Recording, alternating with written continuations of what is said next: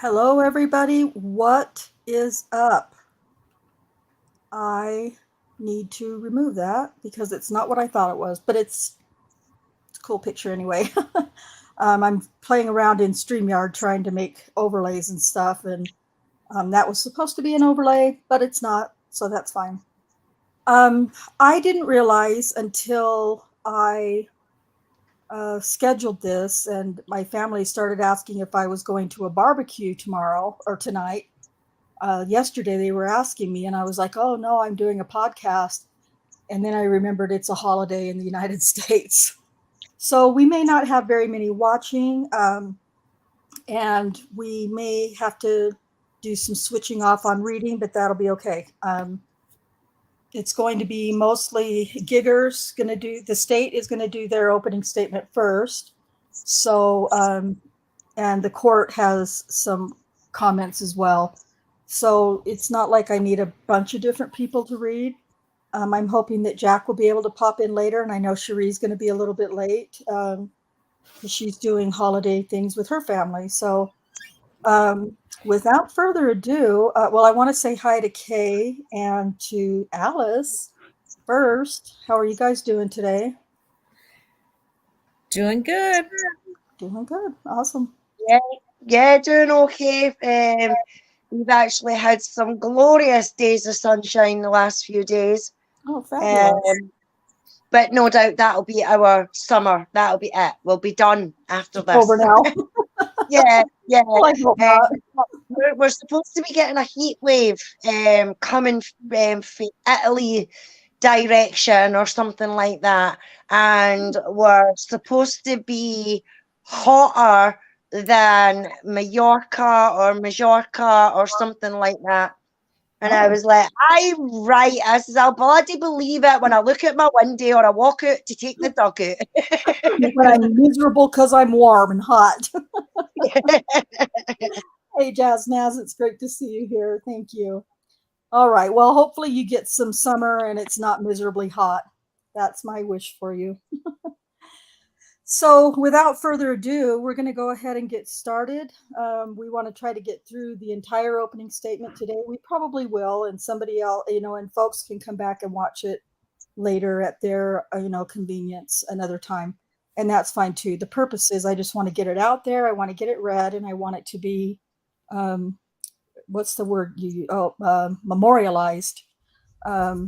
So that's really the whole intent. And of course, pointing out lies and inconsistencies, which we will be doing throughout at least the state's opening statement, because they're liars. So I'm going to go ahead and pull up the transcript. I started to do some markings and things like that on the transcript, but it's so much that I was marking. I thought, I'll forget it. I'm not going to mark everything, but we will pause, from time to time when we find something that's a lie or an inconsistency, and make sure that we point that out so that everyone is aware. So without further ado, let me get us back there.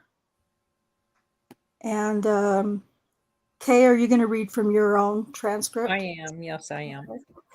All How's right. my audio? Is it okay? Yeah, you sound good.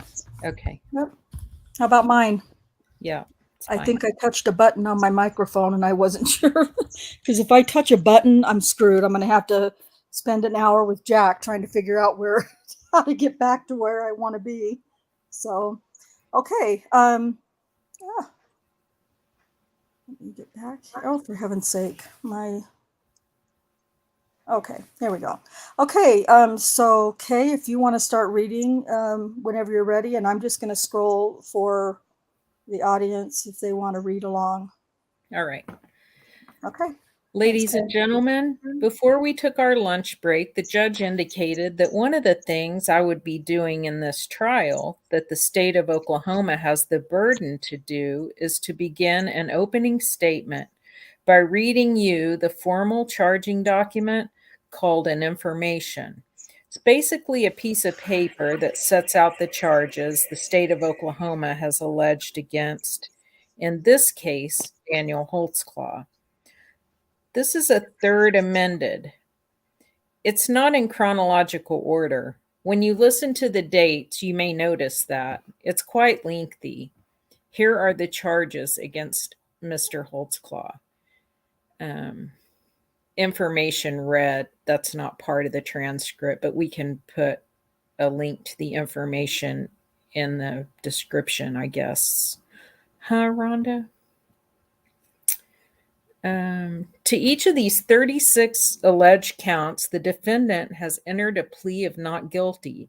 By doing so, he has exercised his rights and has put at issue each and every element of all those 36 crimes for the state of Oklahoma to prove to your satisfaction beyond a reasonable doubt that Daniel K. Holtzclaw did in fact commit those 36 alleged crimes. And that is a burden that Ms. McConnell and I, on behalf of the state of Oklahoma, gladly accept. You've been here a day and a half. Here's what this case is about. In September of 2011, the Oklahoma City Police Department had invested a lot in Daniel K. Holtzclaw.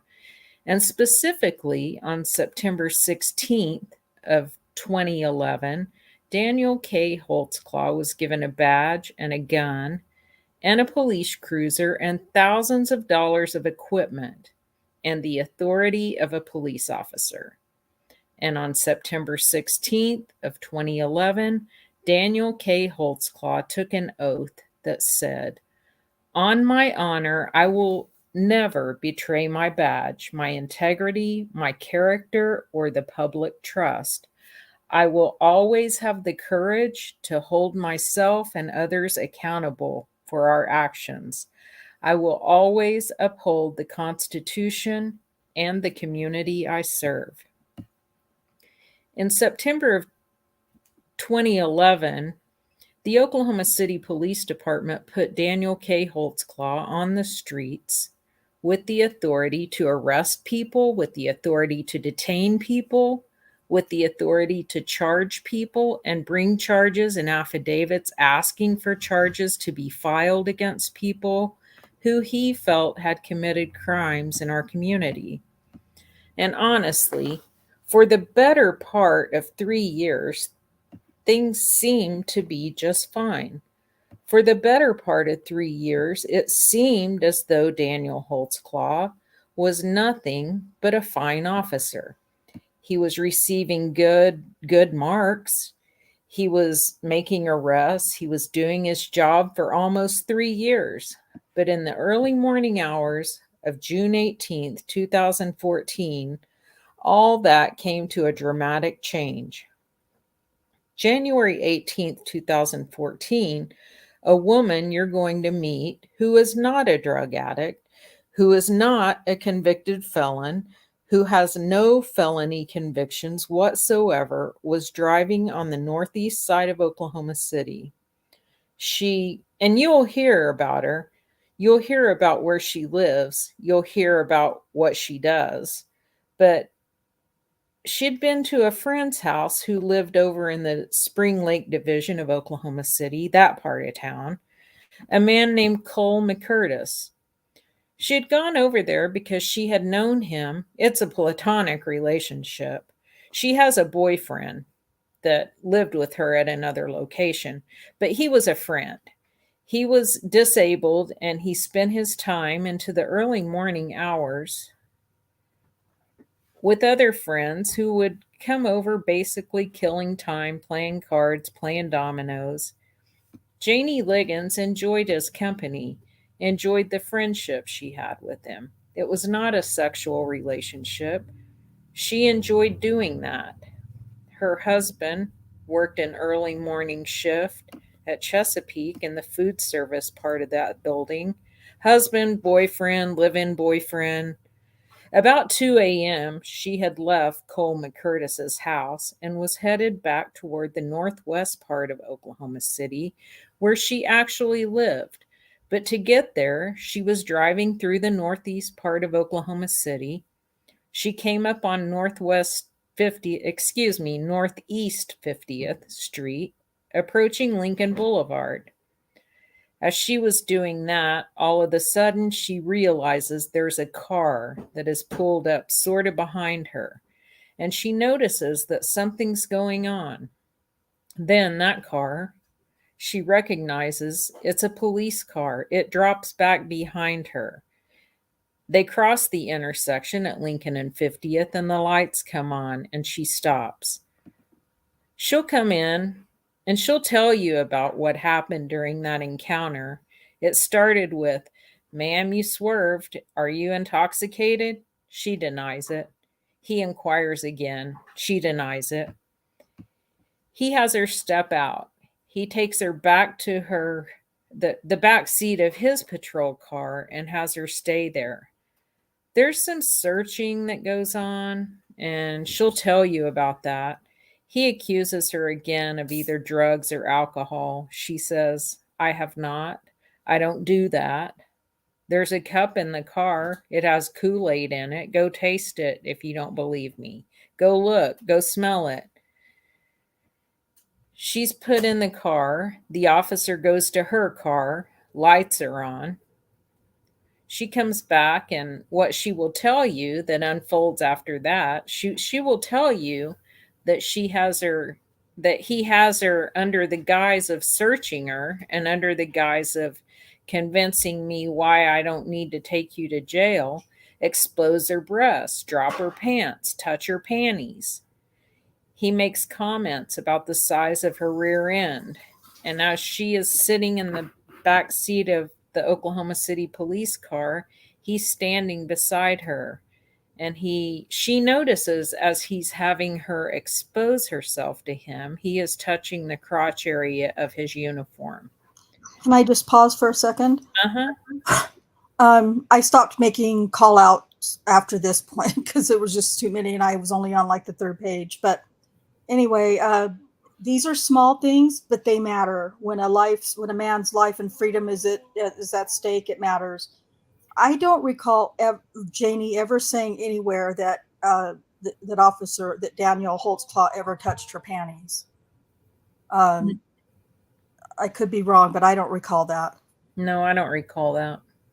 So, okay, carry on.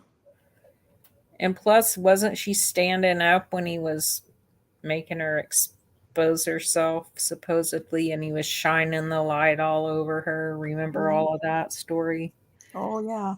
I mean, some of this is that Galen Giger's not prepared for this case either. Yeah. He's flying by the seat of his pants.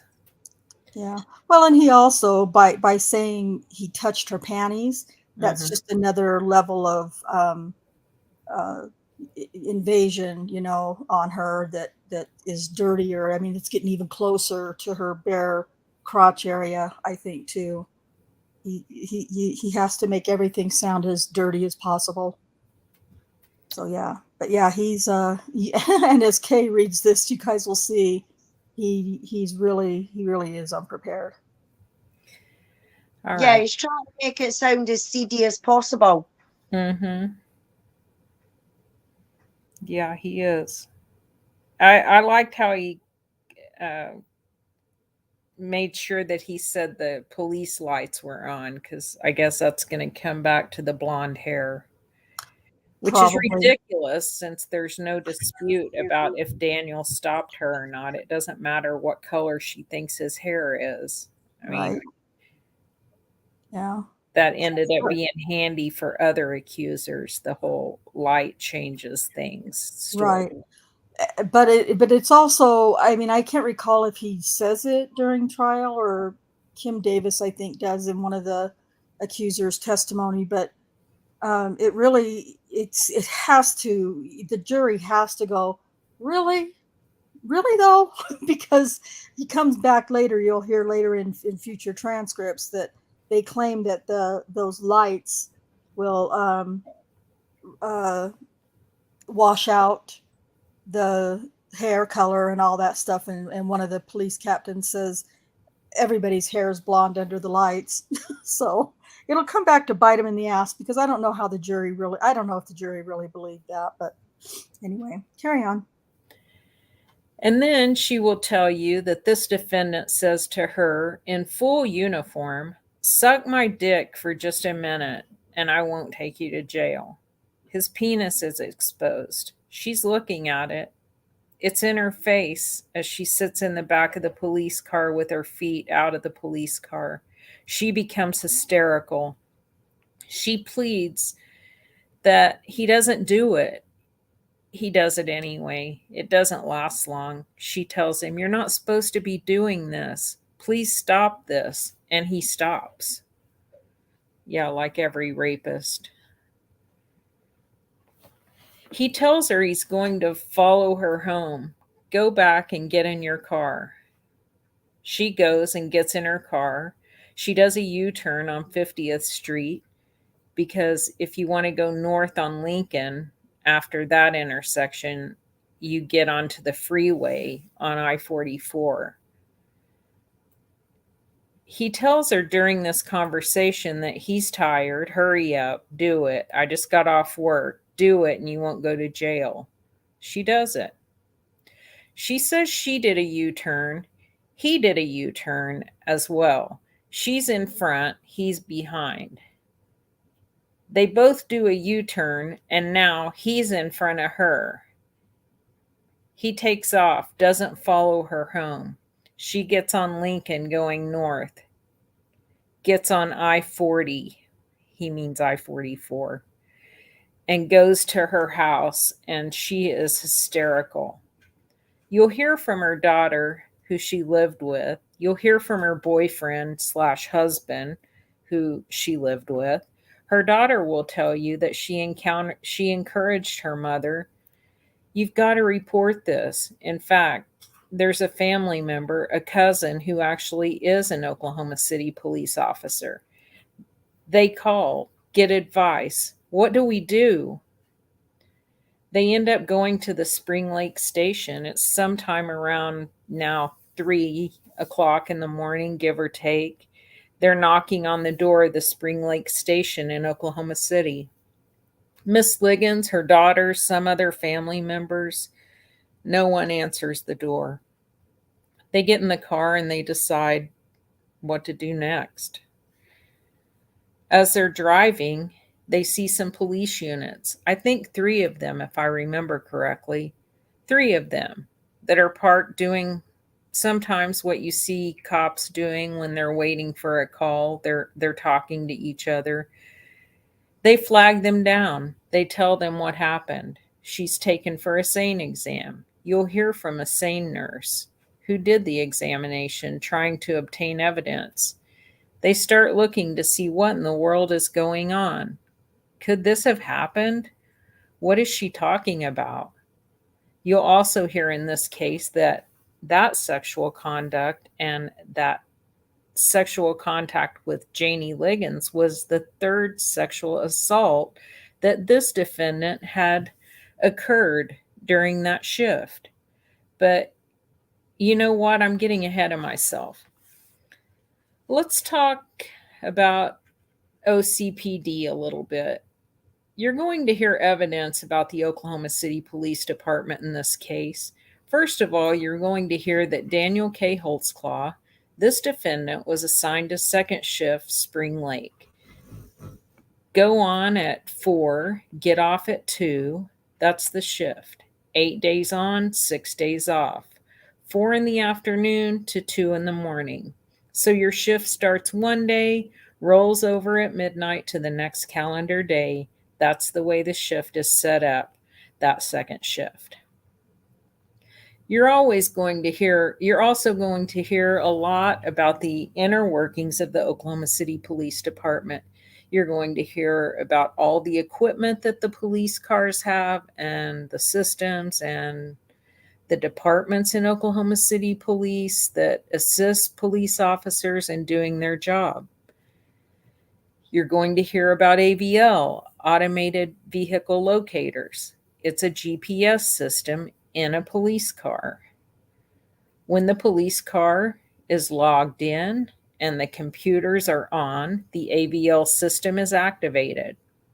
You're going to hear that when a police car is moving, the AVL is designed, the computer, if it's not working correctly and if there's no little glitches like you have sometimes as a connection occurs with your phones or other things, as long as everything's working the way it's supposed to, it hits every 5 seconds.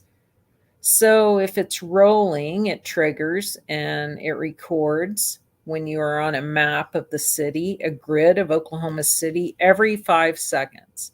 If the car comes to a stop due to data storage issues, it hits every 5 minutes.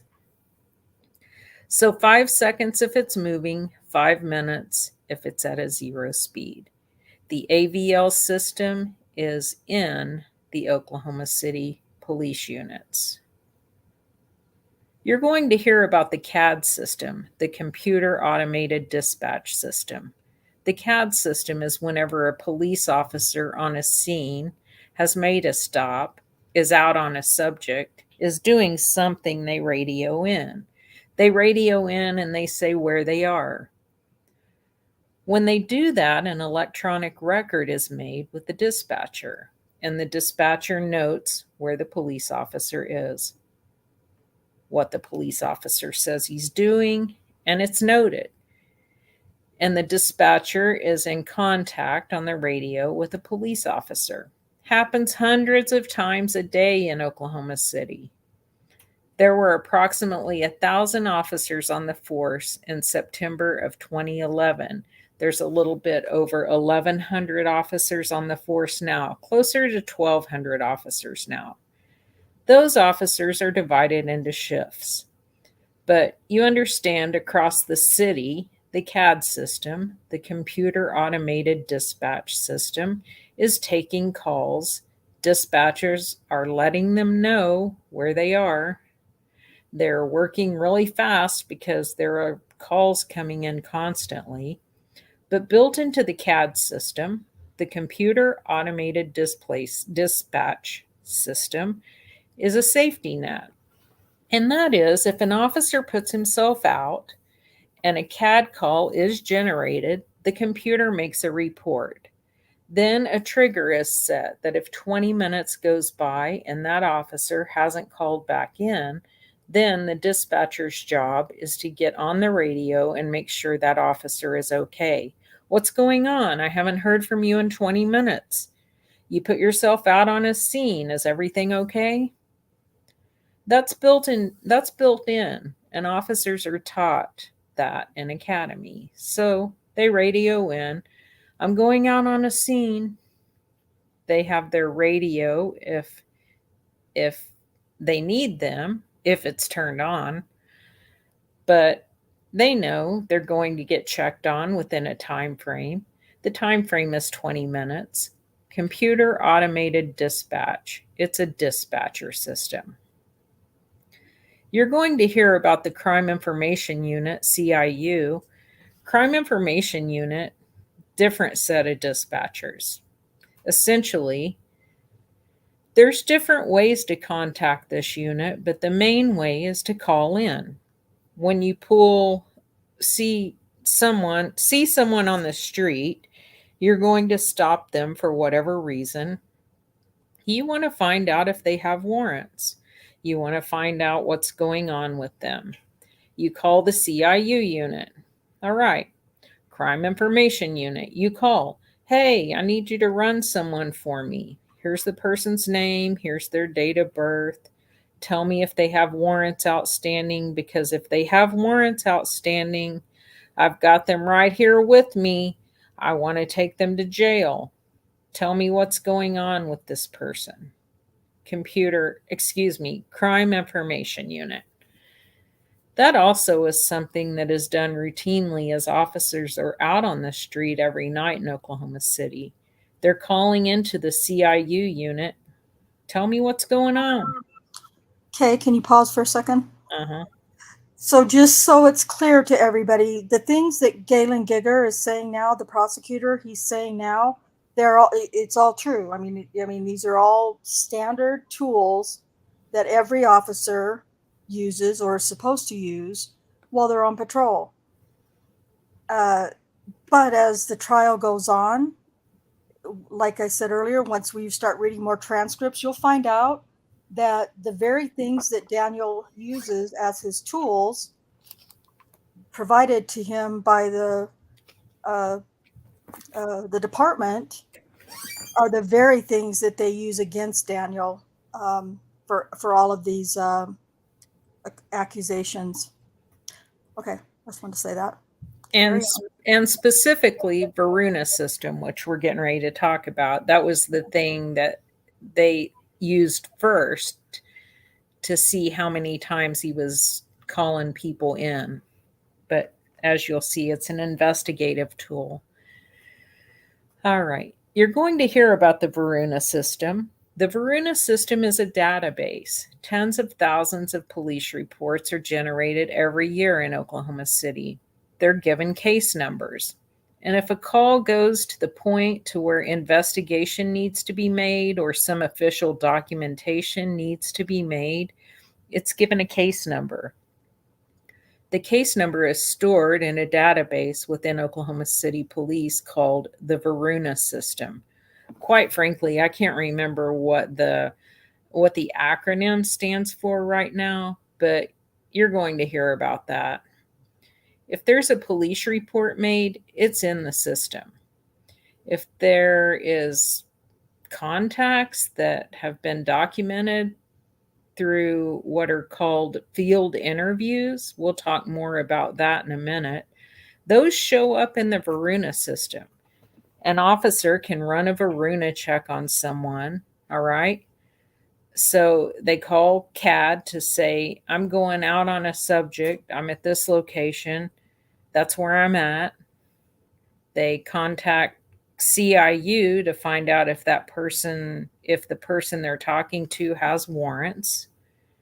But they can go a step further because there may not be warrants, but more information is, if information is key in this business, they can look in the Varuna system through the computer in their car and find out, what's this person's history with OCPD? Is there a bunch of reports been made?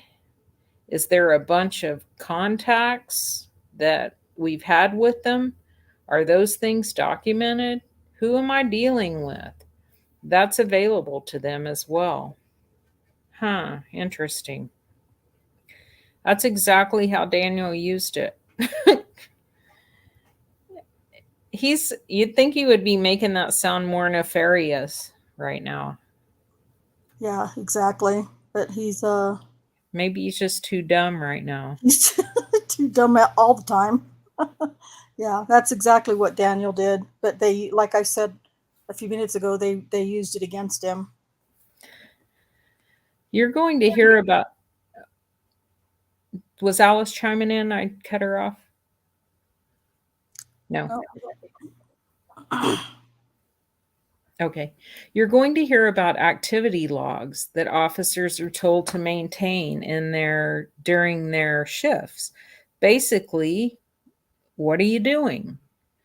We're going to hear from supervisors. Ryan Boxwell will be one of them with the Oklahoma City Police Department, a captain in the Spring Lake Division who supervises the patrol officers. I think he supervises day shift, but he'll tell you about that. He'll tell you about that. What we want to do is essentially one officer in a car patrolling. They kind of have a lot of discretion as to how they work or what they do. They're on their own. That's what we want them to do. We want them to be out there. We want them to be patrolling. We want them to see if they come up on things. We want to see that they're working. They have a log, a daily activity log that the officers either write in or type in their computer that generates where they are and what they've done throughout the day. I mentioned field interview cards a little while ago. You're going to hear about field interview cards. A field interview card is just that, it's a card. And the officers are encouraged that when you're out on patrol and you come in contact with someone who you think might be up to no good, you think you maybe have probable cause to think there's reasons that these people are engaged in maybe criminal activity, fill out a card on them. Write their name, write their identifiers, write where they are, write what they told you they were doing whenever you have these voluntary contacts with people. So we figured out, and we can put it into our Varuna system, okay? And not only look at actual police reports that are made, but if you run into someone and you look and there's been 15 field interview cards where they're saying they're living at this address, but they just told you they live somewhere else, you know maybe there's something up, and you're not getting accurate information. It is an information gathering tool. It's what police officers do.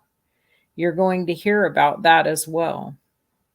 You're going to hear about, I should point this out.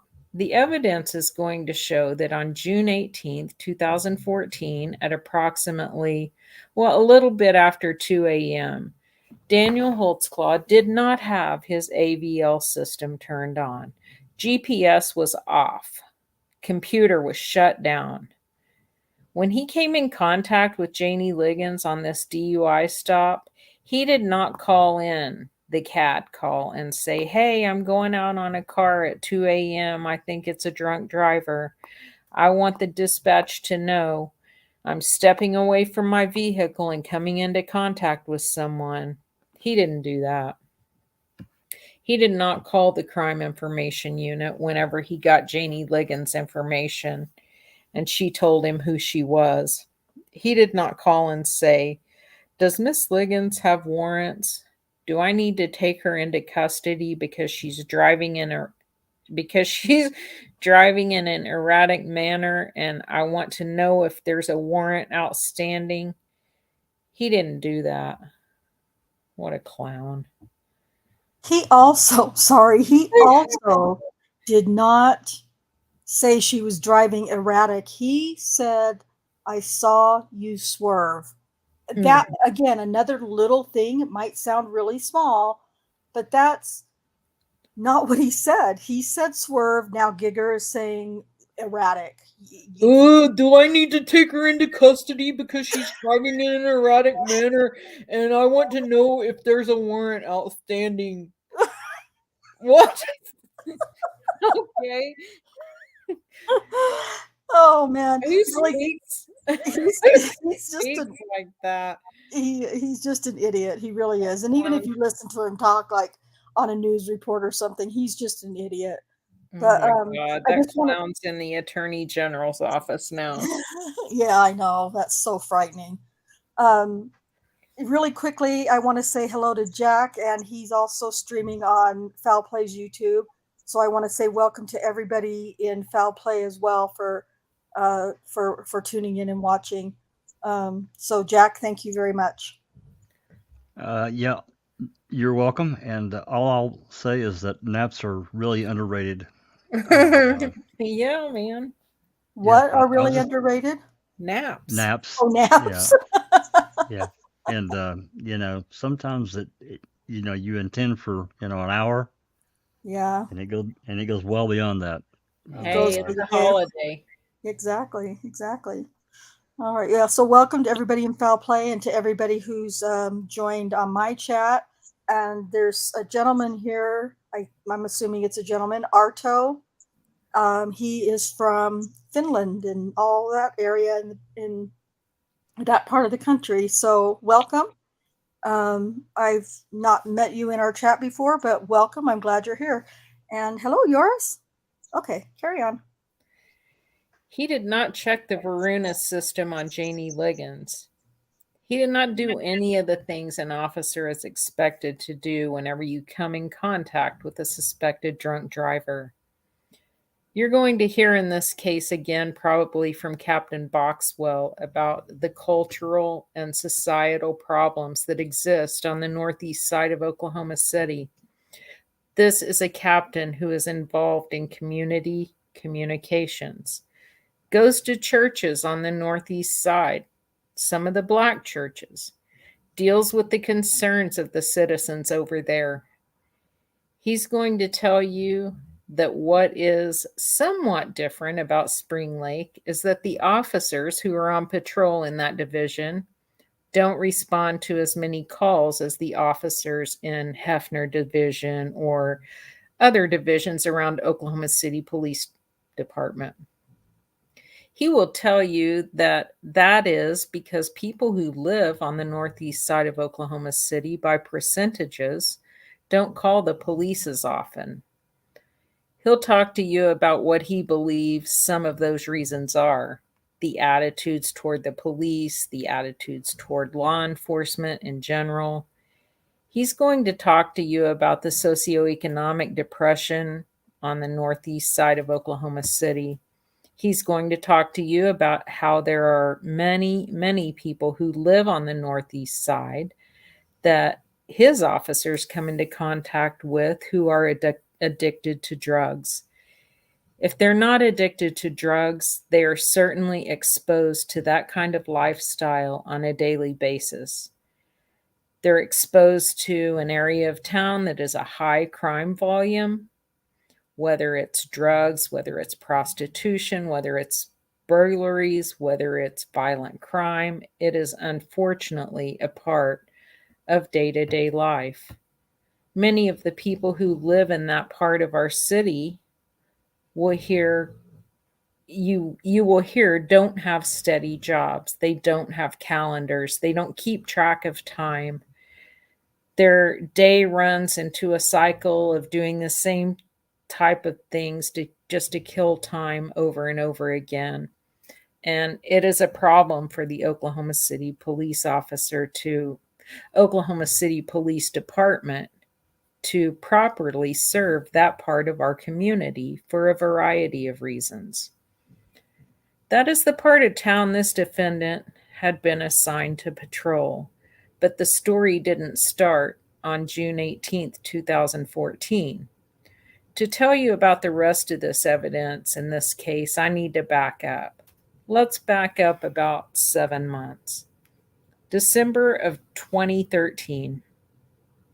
You're going to hear testimony from a young lady from Shardarion Hill.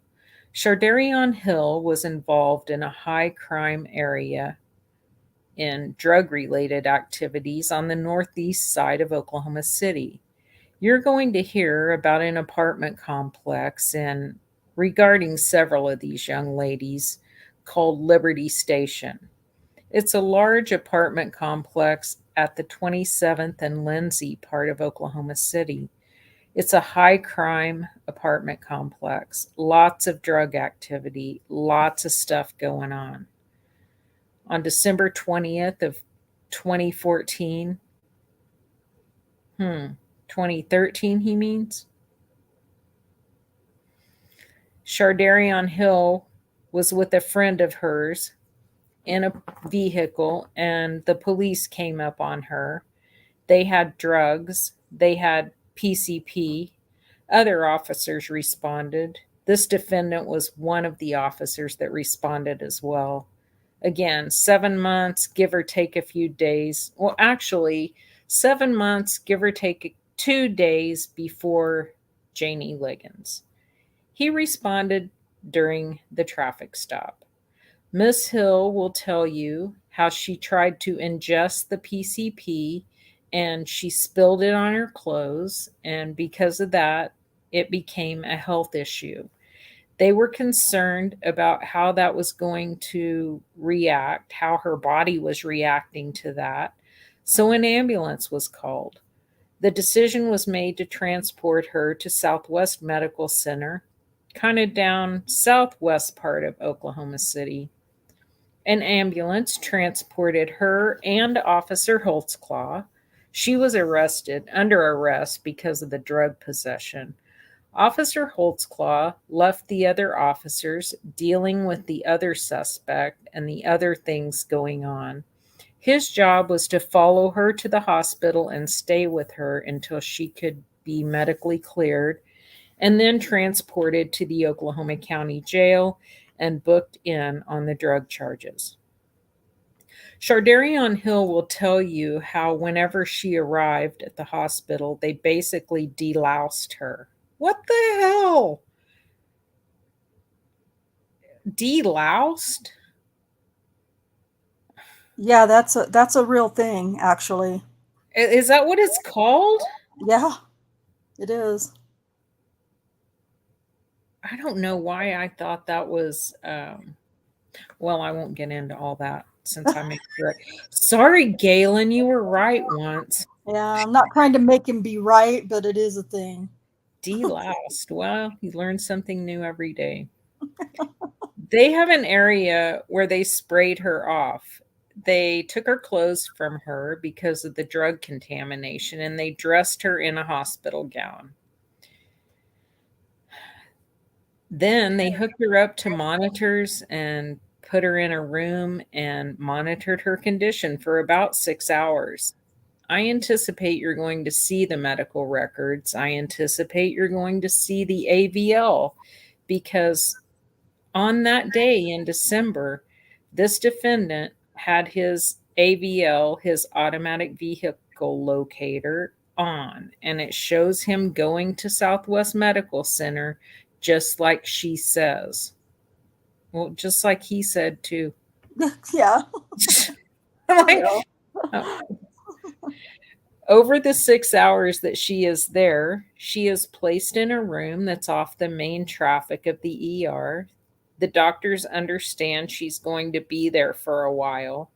They kind of move her out of the area, and she is placed in a room that's kind of down off the main beaten path. In that room, she's hooked up to the monitors, and this defendant is charged with staying there with her until she's medically cleared. You'll hear that how over the course of that time he begins to talk to her, and she will tell you about how as she's still coming out of her high off from the drugs, she will be sitting in the bed, moving in the bed, and the defendant would say repeatedly, "Your breasts are exposed because of a loose gown." But then she will tell you that as she is there in that hospital, that he on 3 different occasions during that 6-hour time period reaches over and actually touches her breasts as he's talking to her about her charges, talking to her about going to jail. Eventually, you'll hear how the conversation goes to him actually as he continues to touch her body, inserting his fingers into her vagina. Then you will hear as the conversation continues that he, similarly to Janie Liggins, exposes his penis and demands that she perform oral sex, and she does. She does. Eventually, she is medically cleared. She's then transported by the man who just sexually assaulted her to the Oklahoma County Jail. He is booking her into the Oklahoma County Jail. As promised, he doesn't put the outstanding warrants on her as well when he books her in. That's part of the conversation you'll hear about in the hospital. He puts her in on the drug charges, but he doesn't increase her bond by adding the outstanding warrants that she has as well. Shardarion Hill has got problems. She does. She's booked in and time goes on. You'll also hear that during the weeks that followed, Shardarion Hill has a Facebook account, and the defendant, under his name, begins to contact her and sends friend requests to her on Facebook. There's some communication back and forth. And I anticipate you will see those Facebook messages back and forth. You will also, I anticipate, see the phone records of the defendant, and you will see that the defendant is not only contacting this drug addicted felon on Facebook, he's also contacting her through text messaging and back and forth. There's some days of contact, and then time goes by, and then contact is reinitiated. The Facebook messages you will see talk about the same things that she will tell you he was talking to her about in the hospital. And that is, hey, let's take care of these warrants. You need to get this done. You need to let me help you do this type of conversations. She'll tell you that she'll tell you that she did not want to perform oral sex. She will tell you that she did not want to have his fingers inserted into her vagina. She will tell you that she did not want her breasts fondled by this officer, but she is under arrest, and what is she supposed to do? You'll judge her credibility. There Yeah, you they go. did. That's not the end of it with Chardarion. She No. will say that about 3 weeks later, on January 9th of 2014, after the Christmas holidays, she's receiving again text messages from this defendant. You will see the phone records. He's off duty. It's part of that 8-day on, 6-day off time period. He's off duty. But he comes over to her house, which is located on Northeast 81st Street. Again, still over in that part of town. This time, not in his police car, but she will say he comes over to her house. He's texting her to come out. Her children are home with her. She doesn't want to do this with him at her house with her kids there. Finally, she goes out. He's not in a police car. He's in his personal car. She will describe what kind of car that was. You will hear that eventually Detective Rocky Gregory runs an OLETS search. It is a computer automated system that keeps track of vehicle registrations in Oklahoma. If you own a car, you're in there. And it tells what kind of car it is. And coincidentally, it's the exact kind of personal car that Daniel K. Holtzclaw owns that the defendant describes at her house in January. He has her come out. She says, I'm not doing this. He wants oral sex or sex. I'm not doing this. My kids are in that house. He eventually exposes his penis, and in an attempt, she will tell you, to try to get her to perform a sex act on him. And she does it. She's done. She walks away from it. I have a question. Well, I don't have. It's not a question. It's a point. Something to point out. He's not in a police car, right? So, Right. what is her fear at that point? She can't claim that she was felt threatened by him because he might take her to jail. It's just it's a little bit of a reach for him to say that she just goes out there and says, well, fine, I don't want to do this, but I'll do it anyway, just leave. For what reason? I mean, we know the reasons. I know the reasons, but it's just something to think about. Before, it was because she was afraid, he was in uniform, all that stuff. He was a cop and had his gun belt on, and what was I supposed to do? Well, what's the excuse now? What's the reason now? You just don't go out of the house. Just stay in the house. Just, Well, I mean, the other thing is,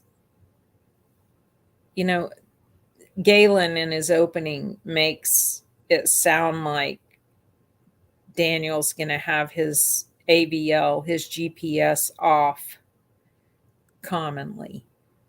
right. Yeah. He's not saying, hey, that's the only time it was ever turned off. Now he's in his personal car going by there.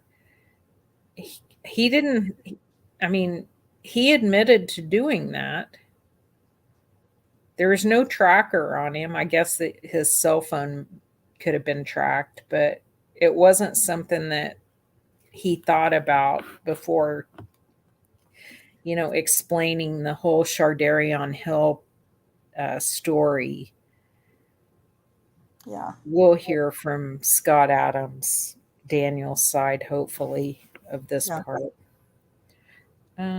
Hopefully. See. Okay, You're also going to hear about another lady who has lots of problems named Tabitha Barnes. Tabitha Barnes lives, or at least lived, in February and March of 2014 at the intersection of Northeast 15th Street and Jordan. It's a high crime, high drug area in the Spring Lake division of the Oklahoma City Police Department. Several of the ladies that I'm going to tell you about in the next few minutes revolved around that part of the city, that Northeast 15th and Jordan location. Tabitha will tell you that on February 27th of 2014, she and a friend of hers named Angela Cooper had been somewhere. They came back to her house. They're on the corner of Northeast 15th and Jordan, the house she was living in at the time. It's a drug house.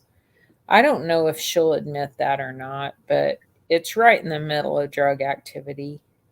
I think he really didn't mean to say that, did he? Yeah. Probably not. Because he's right. It was a drug house. It was a drug house.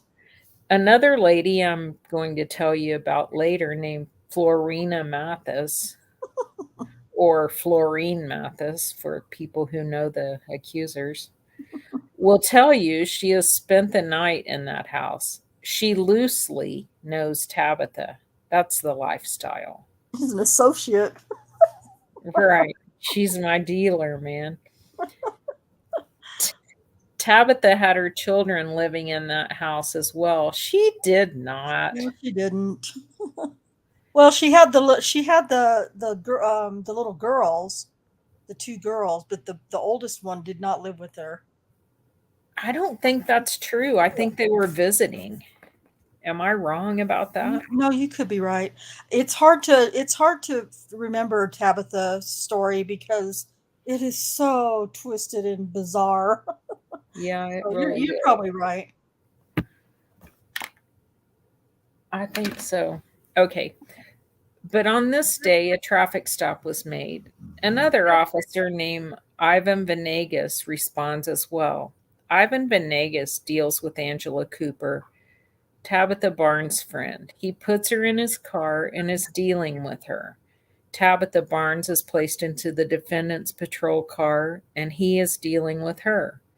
Venegas will tell you that after he talks with Miss Cooper, he runs her in the system, finds out she has no warrants, and he says, "Okay, there's nothing I can do," and go inside. And she goes inside.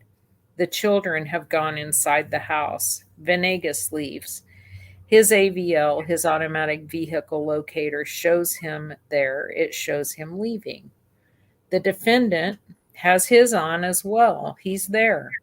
He runs her through the different units. You'll hear about the different types of evidence you'll receive. You'll see what was said about it. You'll see she comes back clear. She doesn't have any warrants. Tabitha Barnes doesn't. Venegas has left. She's still there. She will tell you she's still there. She will tell you with the defendant. He's such a, and there's also no punctuation or proper grammar in this transcript. Yeah, that helps a lot. Yeah. They need to delouse that.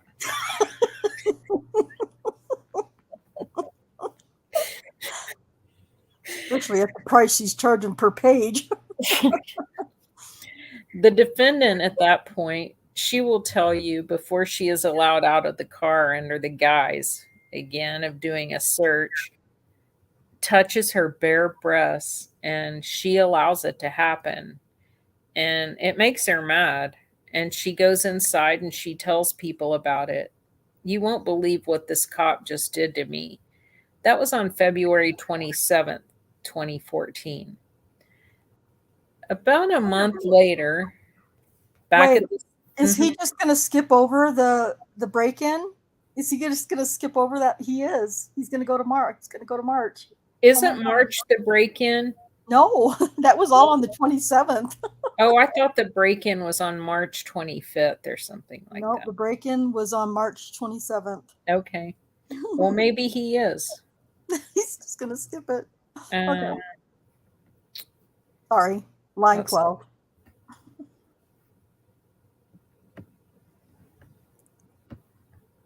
Oh, man. Did I mess you up? Sorry. You're on line 12. Okay, sorry. Yeah, I got confused. That was on March 27th, 2014. About a month later, at the same location, Tabitha Barnes has a man living with her named Terry Williams. Terry Williams is a sex offender. He's living there under the radar. In March, Tabitha Barnes is not home. She and her children are gone somewhere. Terry Williams is home. The door to the house is shut. You'll see pictures of this house. You'll see pictures of the door. She'll describe to you the condition of the door on that day. It was shut. Terry Williams is inside sleeping.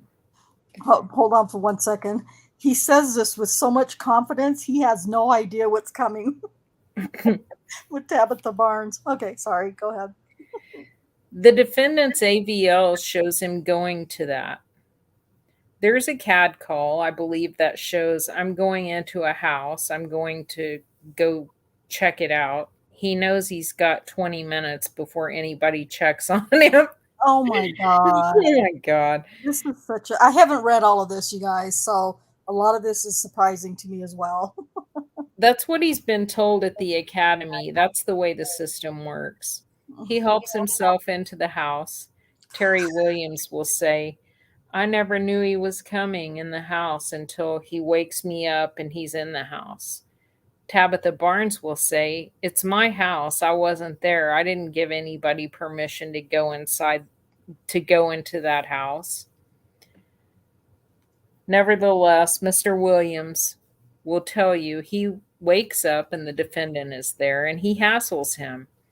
And he'll explain to you what was said and what he remembers about. And he doesn't remember a lot. He just remembers a cop woke him up and he doesn't want to have problems with the cops. Yeah. There's a reason for that. Tabitha Barnes comes home during the midst of all this, and she'll tell you how she has now nicknamed the defendant Spike because of his hair. And she and his kids call him Spike. Weird. Spike drives by all the time. Spike's out there again, Mom. Things like that have occurred. On this day, Terry Williams explains what's gone on and she is upset about it. What? When Terry she Williams tells her, I guess, what's gone on. Right. This is horrible. When she comes home, he's still there. He puts her back in the police car again, and the kids are sent back inside again. This time, before he allows her to get out of the car, as he talks about warrants and as he talks about other things, he makes her expose her breast to him and expose her vagina to him before he is satisfied. The very next day, the What? of March. Wait, weren't we on I'm February? telling you, all of these dates and stories are jacked up. He's got them all mixed up. I promise. Okay, so he meant to say March 25th, Yeah. right? When he said February 27th the second time. Okay. The very next day, the 26th of March, Tabitha Barnes is home. Tabitha Barnes is on the telephone. I anticipate you'll see Tabitha Barnes' phone record. She's talking to her mother, Gloria Prince. Gloria Prince lives in Texas. It's an 817 area code from the Fort Worth area. And she's on the phone with her mother. Spike's back. And she says to her mom, Spike's back. And he comes up and she will tell you again, yet again, another conversation she has at her household, unsolicited. She's minding her own business. She's not out smoking crack in the front yard, and she will tell you about that.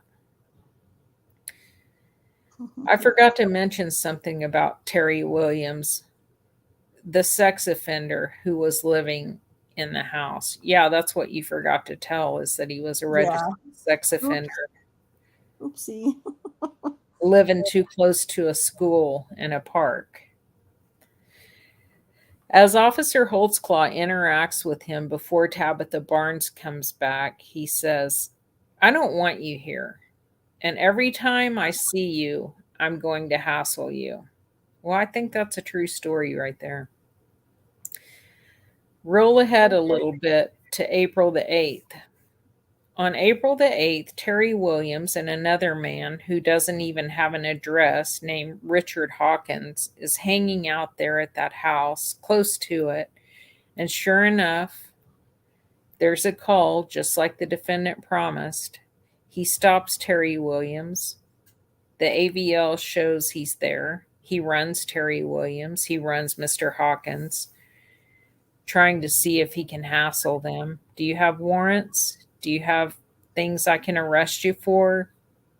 He's good to his word. He does hassle the man that was in Tabitha Barnes' house. You'll hear from Terry Williams as well. Wow, Giger wants to stick up for a sex offender living too close to a grade school and a park, breaking the Mr. Sex Crimes prosecutor. But not only that, he's living in a house with fucking kids. Yeah. Sleeping in her kid's room, yeah. Yep. I'm sorry, I don't care whether you're a drug addict or fucking an alky or whatever. If you've got kids, then your kids should come first. I don't care if you're not prepared to put your kids first, then you shouldn't have them. It's as simple as that. And they should have been taken away from you, in my opinion. Especially if there was a fucking paedophile living under the same roof. I mean, that just blows my mind that he's near a school and that he's actually living in a house with kids in it. Yeah, that's crazy. Yeah. Yep. It's nuts. I mean, to try and do that here, there's been a few times they've tried to put paedophiles up beside schools, because we've got a few schools in Pennycook, and they've tried to put paedophiles up there, and the people of Pennycook have went up in an uproar and went on a protest and everything like that, and stood outside the house and everything like that, and the police has had to come and remove them.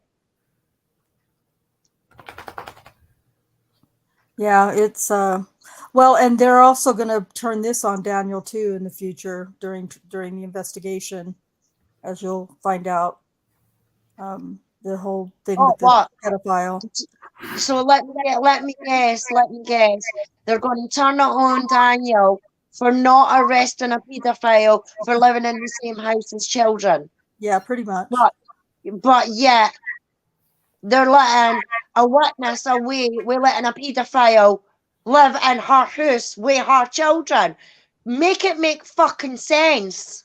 I can't. I wish I could, but I can't. Oh, no. Okay. Carry on.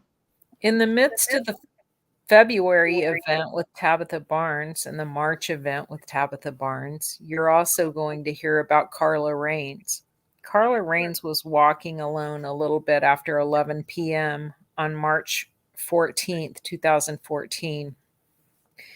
There are ladies and there are men who walk around this part of town at night in the Spring Lake Division. Whether she's up to no good, whether she's involved in drugs, whether she's not, she says she's just walking. She's walking alone. AVL is on. He pulls up. And similar to what he's doing at this time period, the evidence is going to show that the interaction with Shardarian Hill that happened back in December was a what are you going to do about these warrants? Let me help you kind of interaction. The interactions that now have gone into February and into March are interactions under the guise of, do you have something on you? I need to search you. How do I know you don't have things in your bra? Show me your breasts. Show me what's in your pants. These types of things are happening. And Carla Rains will tell you that she's in the area of 16th and Fonz Hill, which is again that same part of town. Again, a high crime area, a high drug traffic area. He pulls up. The area which Daniel was assigned to patrol. Mhm. God, he's pissing me I off. know, it's crazy. Jesus. He pulls her up and you'll hear him talk about, she will talk about how what do you have on you? What are you doing? Okay. You need to show me that you don't have anything in here. And she's forced under the threat of, if I don't comply with what this officer wants, he's going to take me to jail or he's going to do something else. She exposes her breast to him as well. You'll hear about that. This is March of 2014. About a month later, again, intermixed in that is some more events at Tabitha Barnes' house. But then you're going to hear about the lady I mentioned a moment ago, Florine Mathis. Florine Mathis is a multiple convicted felon. She is a drug addict. She was recently released from prison and she's living the life of an addict. She will tell you that the house on the corner of 15th and Jordan, as I mentioned a little while ago, yeah, I've been in that house before. I kind of know that lady. Tabitha will say, yeah, I know Flo. She hangs out sometimes. On April the 14th, Florine Mathis had been drinking and she'd been smoking crack and she was out on the streets. She was almost at 15th and Jordan, maybe a little bit north of that. The defendant stops her. He had been stopping her. He had stopped her before, and you'll see where he had run her through the crime information unit and she'd come back clear. He runs her again. He this time doesn't have her expose her bare breasts with this woman, but she will tell you what he does. What he does, though, is just feel all over. Never had a police officer do that before. I've been searched lots of times. They always call a female officer, she'll say, and she should know. She's had a lot of contacts with police. Never had this happen before. She should know. Here's what I want to see. I want to see those police reports, which I think we've seen some of them. I want to see what female officer got called out to search her because that is not. It's not accurate at all. It's not commonly what happens. No, not in that area. Well, I mean, if you have someone like the Shardarian Hill incident, they did call a female officer there because she obviously was hiding drugs and it was going to be more than just a cursory check for weapons. Right. Let's see. Am I on 6? Yes. Or 5. Are Never you reading mine or your own? my own, but Okay. it's the same. Yeah, no, I know. I didn't know if you were reading mine. I've scrolled up too high, but I think you're on line Okay. 5. No, I'm my own control freak over here. And what you will hear is a pattern beginning to develop from these ladies who live in this part of town and are living this type of a lifestyle. That is this. It happens. It rather, it happened, but I didn't tell because who's going to believe me? What are they going to do? And you think I'm going to tell on the police? You think I'm stupid? Don't you think I know what's going to happen if I tell on the police? Florine Mathis will tell you that that's the feeling she had as well. Who's going to believe that? 10 days later, April 24th, 2014, you're going to meet a young lady named Rosetta Great. Rosetta Great is trying to get her life together, but she's got lots of problems. She's a prostitute, she's a drug addict. In April of 2014, specifically on the 24th, and we know this because of when the defendant ran her in this crime information unit and the AVL. And we'll talk more about AVL before I'm done. He comes up or comes into contact with Rosetta Great at the area of 14th and Jordan, just a block south of that house where Tabitha Barnes lives. Rosetta Great has had so many contacts with police that her philosophy is just to be honest. What are you doing out here, ma'am? I'm looking for a date and I'm getting high. She will tell you that night she was honest, trying to get home, but every time she tried to get home, some new guy would come up and offer her money for sex, and she'd do it. And then she'd get high, and that's the lifestyle she was living. She remembers this, though, because the officer stops her. I'm getting high. It's what I'm doing. And he searches her. She has a purse. He puts her purse on top of the car. She has a crack pipe.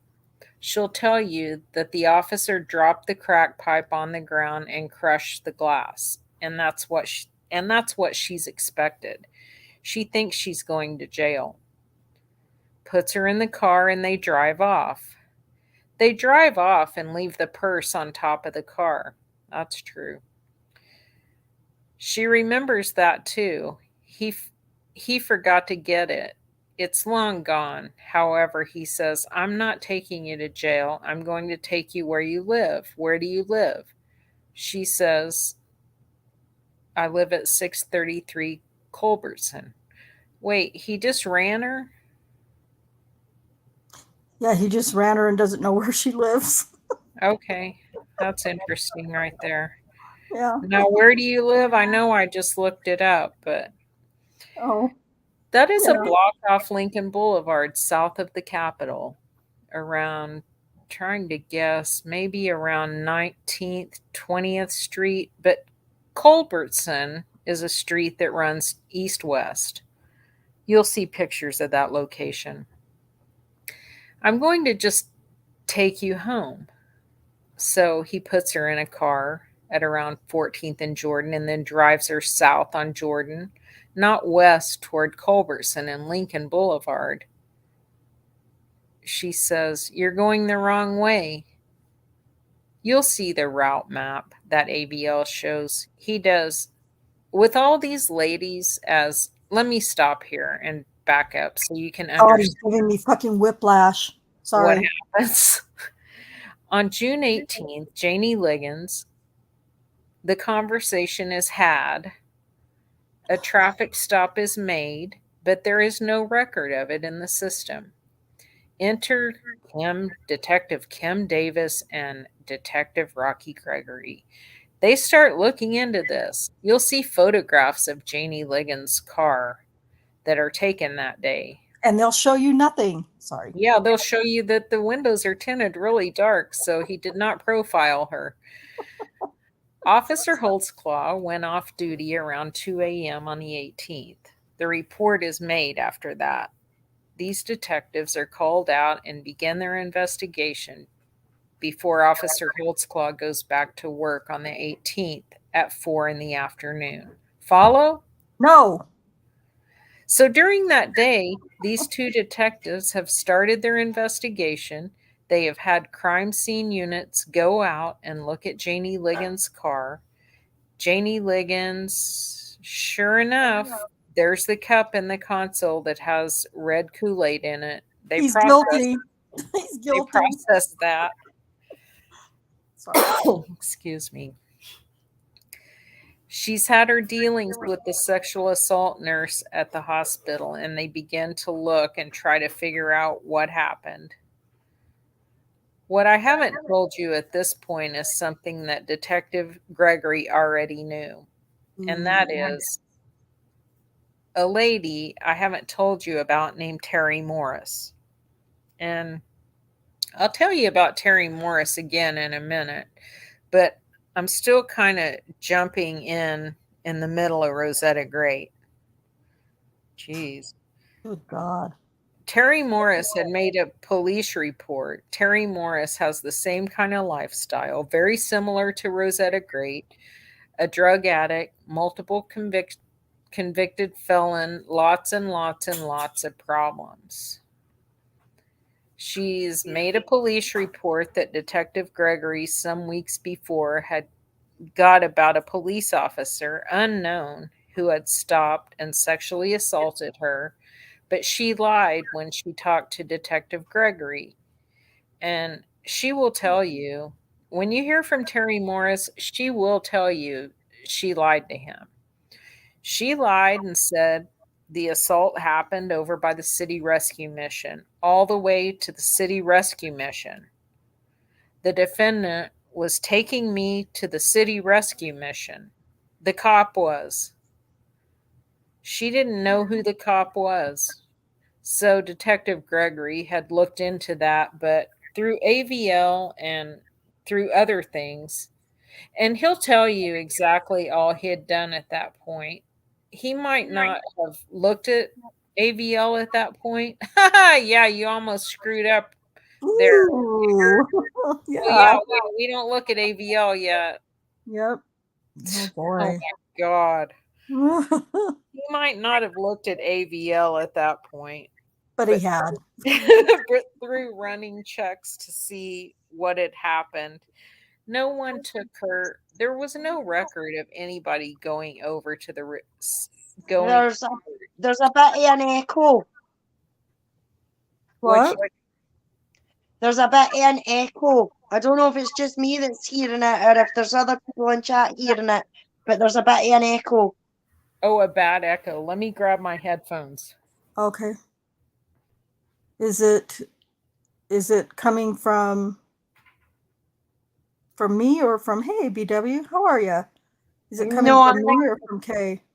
I think it was Kay. It was when Kay was talking. I could hear a bit of an echo. Okay. She went to get her headphones. Awesome. Phaedrax said he wasn't here. I'm so sorry. I keep forgetting. Not hearing it. Yeah. Under your scars says no for her. It's all you, Alice. Fix your ears. Up your ears.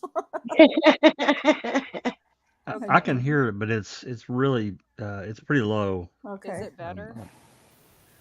Let me I'll start reading and you guys can let us know. Yeah, I can't hear it now. Yeah, that's better. Okay. And honestly, that case had kind of been put in the fact of, well, maybe she's not telling us the truth. To a point, she wasn't.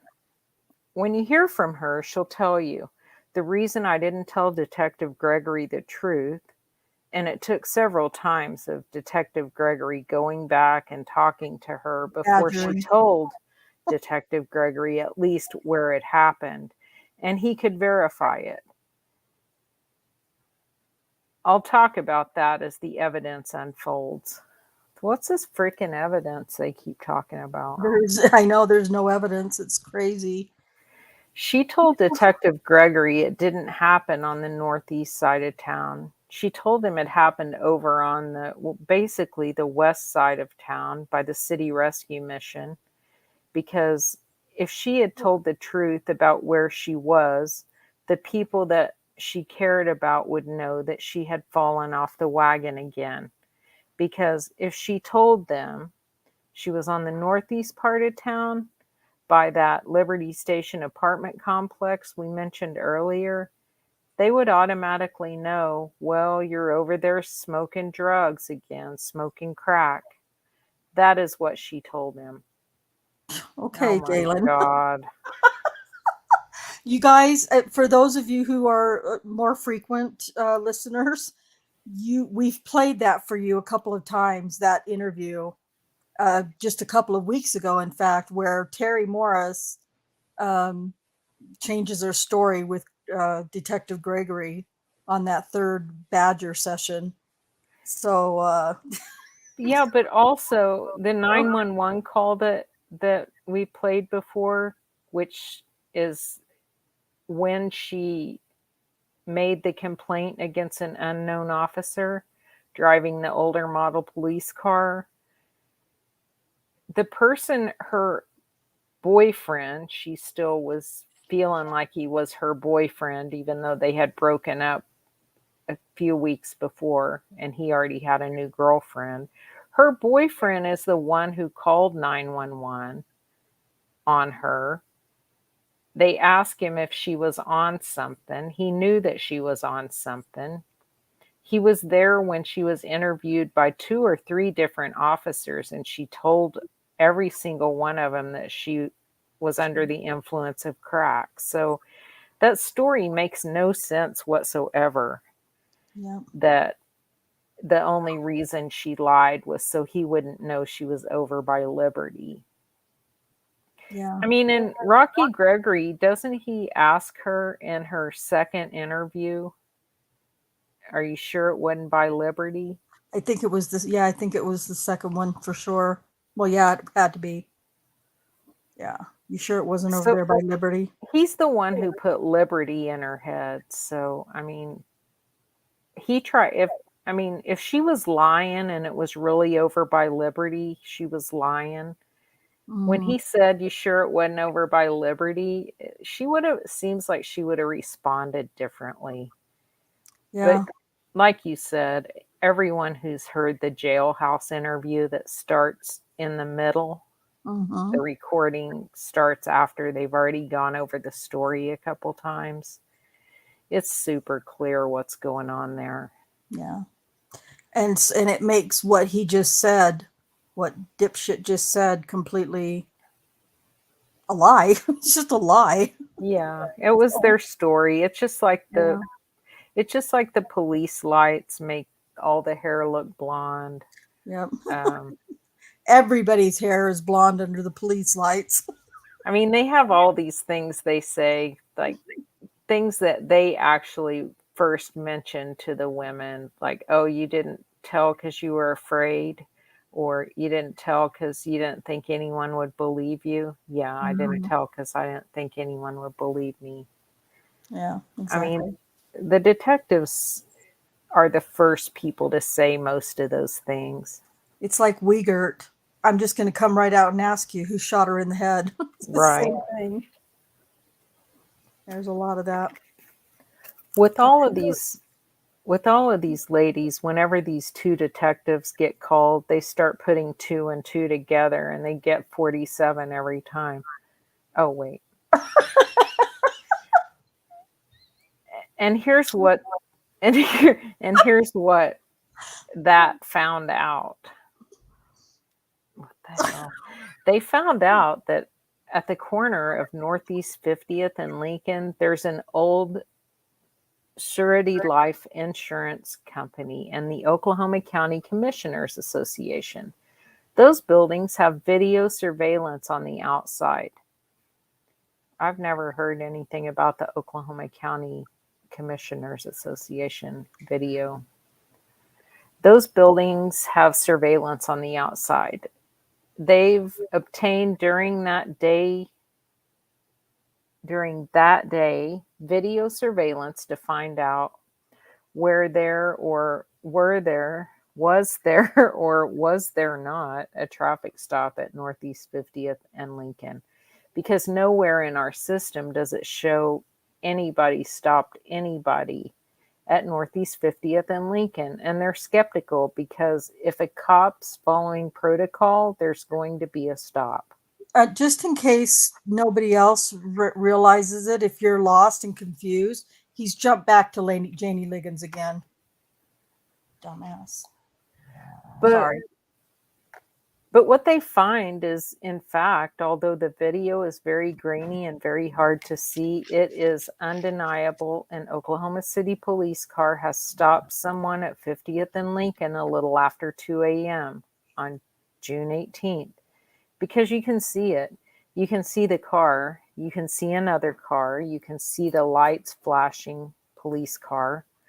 And you can't see what happens. You can't make out who's moving around. You certainly can't see a penis. But there's no doubt that there's a traffic stop. And that sends up big red flags in the minds of these two detectives because something's not being done right. So the investigation goes on, and then they start looking. As the weeks unfold after the Janie Liggins incident, they start seeing and they develop Officer Holtzclaw as a suspect.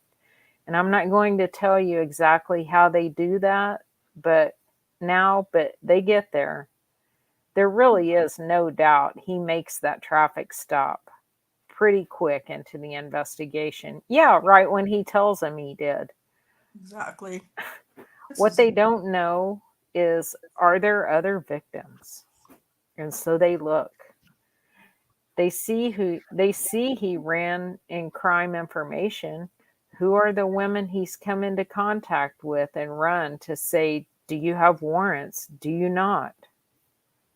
And what they find are all the ladies I've told you after Janie Liggins is that they need a way to verify they're telling the truth because they already know Terry Morris hasn't been truthful. They figure that out as far as where it happened. So they know he's come into contact with them. They know he's run them. But what they don't know is what the AVL shows. And with Rosetta Great, let's just start with her as an example because you're going to hear about AVL on all of them. Real quick, Kay. Haggis isn't real familiar with the case, and he wasn't here when we started, but this particular stop, he was on his way home from work, and he had turned his system off. Otherwise, everything else is definitely tracked. Yeah, this is the allegation that started the investigation. They're trying to say the Janie Liggins stop, after hours traffic stop, started the whole investigation. They're trying to say Terry Morris was the first reporter, but, well, you'll see. It shows, just like she said, he picks her up at 14th and Jordan, goes south, just like she said, then cuts over toward Lincoln, then goes back up north toward Culbertson, and then Culbertson to 633. And they see that over and over again, these ladies can't tell you the day that it happened, but they sure do remember what happened because something like this has never happened before. Well, that's not the case with Rosetta Great. Nope. According to her. Dun, dun, dun. And time again, as Detective Davis and Detective Gregory begin to do legwork to try to find out, is there something more going on that we need to figure out? They see the AVL matches up with what these ladies say. They don't know it before. They just look and see who they've run. They interview them, they tell them what happened, and the AVL matches.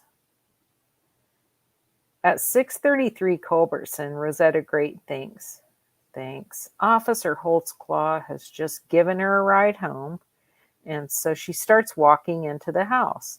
All of a sudden, she realizes he's right here behind me. She'll tell you, "I thought, okay, he's just seeing if I'm lying to him because he wants to see if I really get in this house and I really do live here." I get that. But he goes right on inside with her. She lives at that time, a man named Willie Carter owns that house. He doesn't own the house. He is not a big fan of the police department. He's not home. He will tell you he was out shooting pool in a pool competition this night, and he lets Rosetta live there, not in a sexual relationship, but because he will tell you because she needs help. "I've got a big house and I let her stay there when she's sober and sometimes when she's not." He's not home. Shooting pool.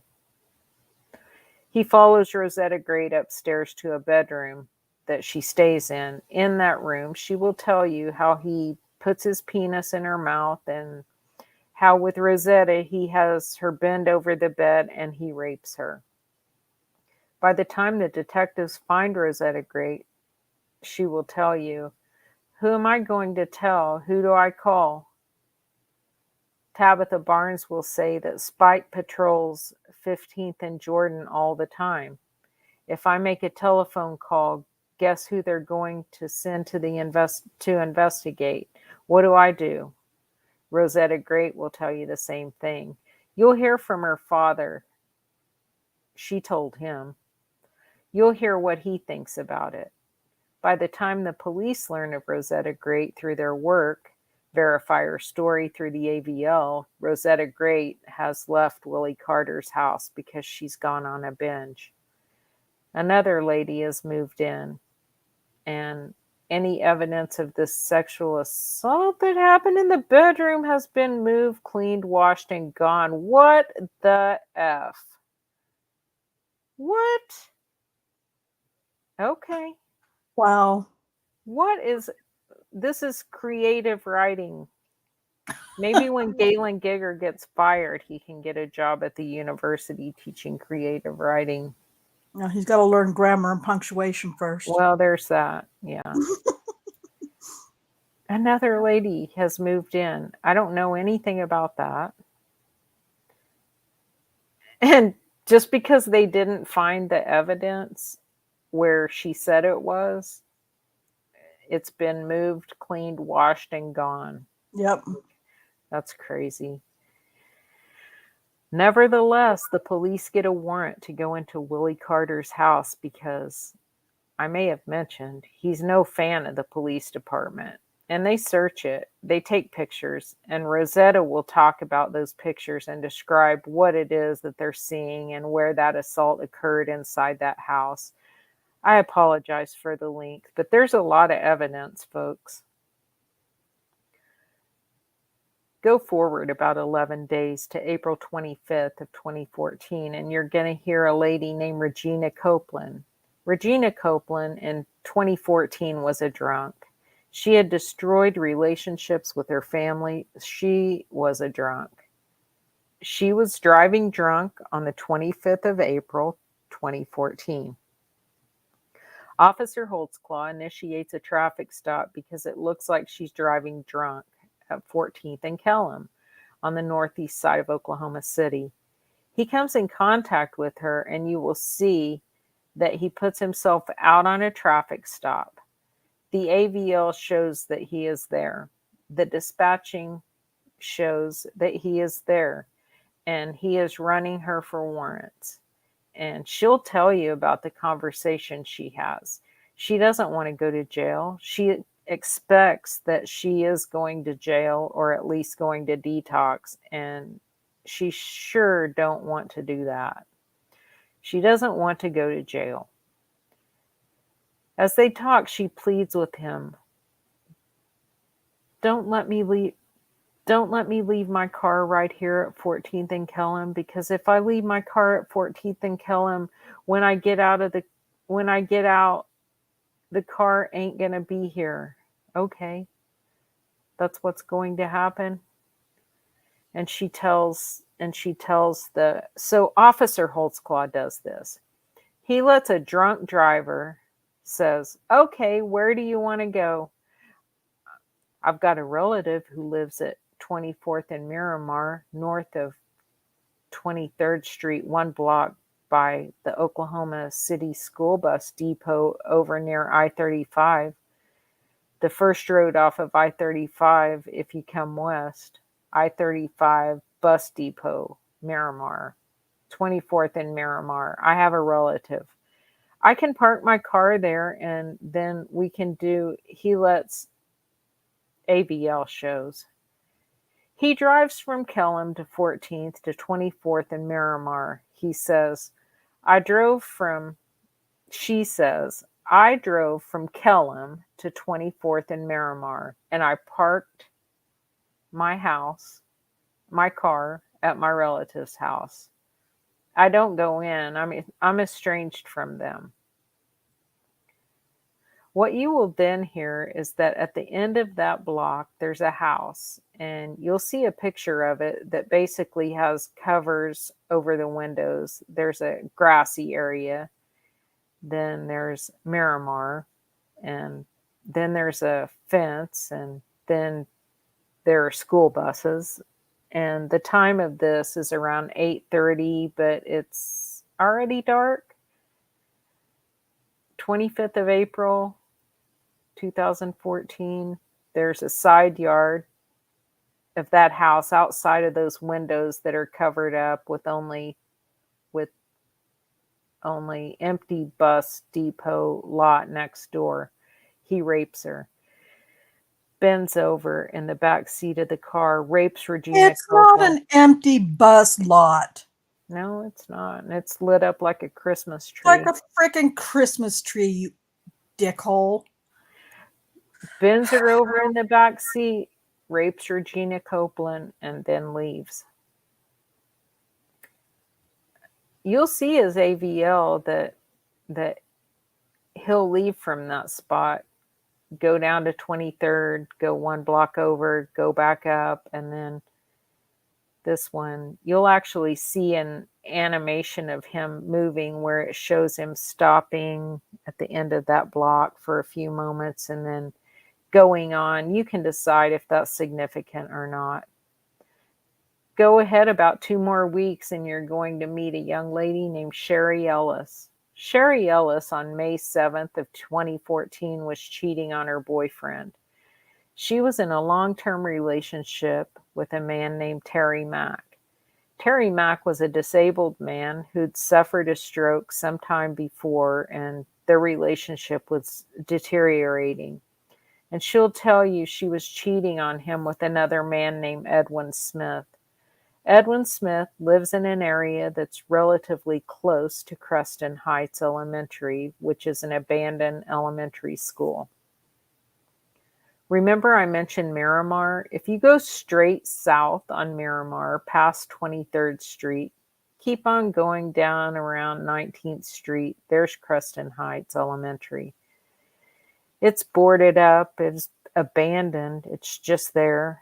There's a park that they put a playground in back in the field behind the school that's relatively new, but the school's shut down. Miramar keeps going south and then it turns around 13th Street, and that turn you're going to hear about it a little bit. It's called Dead Man's Curve.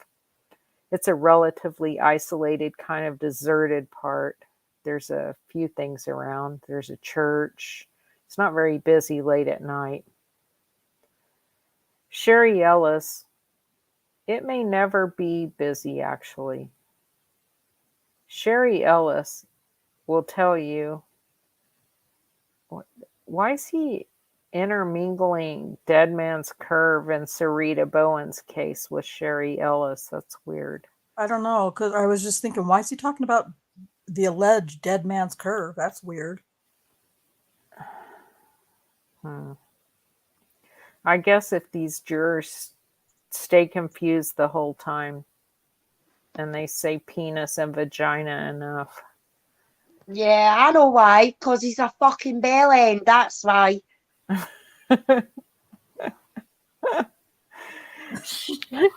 Sherry Ellis, it may never be busy actually.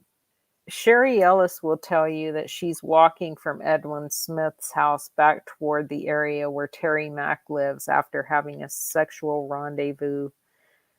The defendant pulls up on her. That's not what she said. Anyway. That's not right at all. No, she said she left Terry Mack's house where she was living on 16th Terrace. 16th Terrace. And she was going to her cousin's house, Dion or whatever. Yeah. The defendant pulls up on her at 18th and Highland. It's a street just a block or so over from Miramar. Comes in contact with her, asks her what she's doing. She tells him that I'm walking. At that location, you'll see a photograph of that location. She'll describe, if I remember right, a bush that you'll see a picture of. He there has her expose under the guise of doing a search, her breasts, and expose her vagina. She then tells the detectives when they interview her that after that, who are we talking about? We're talking about Sherry Ellis, actually, and the crepe myrtle bush. But she never claimed that he made her expose her breasts or her what I'm trying to read. Expose her breasts and vagina. That was never said by Sherry Ellis. I can't remember. I think something happened on she alleges on the street right there before he took her to. Yeah, he put his penis in her mouth. Oh, that's right. Yeah. So this whole thing here, guys, everybody that's still listening, that's a blatant lie, because according to Sherry Ellis, he never told her to expose her breasts or vagina. Never. The thing that she claimed was that on this stop by the crepe myrtle tree, that he put his penis in her mouth, and then he put her in the back of the patrol car allegedly and drove her away, and then allegedly raped her. But that's bullshit, Gigger. Get your shit together. He just doesn't. He's not prepared, just like the defense isn't adequately prepared for 13 trials at once here. I mean, he has a lot more help than the defense had, but he's still not prepared. She then tells the detectives when they interview her that after that happened, he then put me in the car and took me to a street. I believe it's 18th Street. 18th Street goes toward the abandoned school, but it dead ends in a cul-de-sac into the field where that playground is that I told you about a moment ago. You'll see photographs of that. So 18th comes in this way, dead ends to a cul-de-sac, field, school, Miramar. The defendant goes down that cul-de-sac, hops the curb, and then takes her into the field and the school property that's all abandoned. She will show you photographs of that location. I anticipate even visiting some of these scenes before this trial is over, if not all of them. Well, what's interesting is last week, last Thursday in Rhonda's podcast, Brian Bates explained by mathematical calculations how Daniel could have only been at the most 36 feet beyond the curb before he parked his car and had the 3 minutes of his car not moving. So that's nowhere near any hidden area and nowhere near the area she claims that he stopped her. Right. And it's out in the wide open space, so it's right there by the like playground equipment. Yep. Let's see.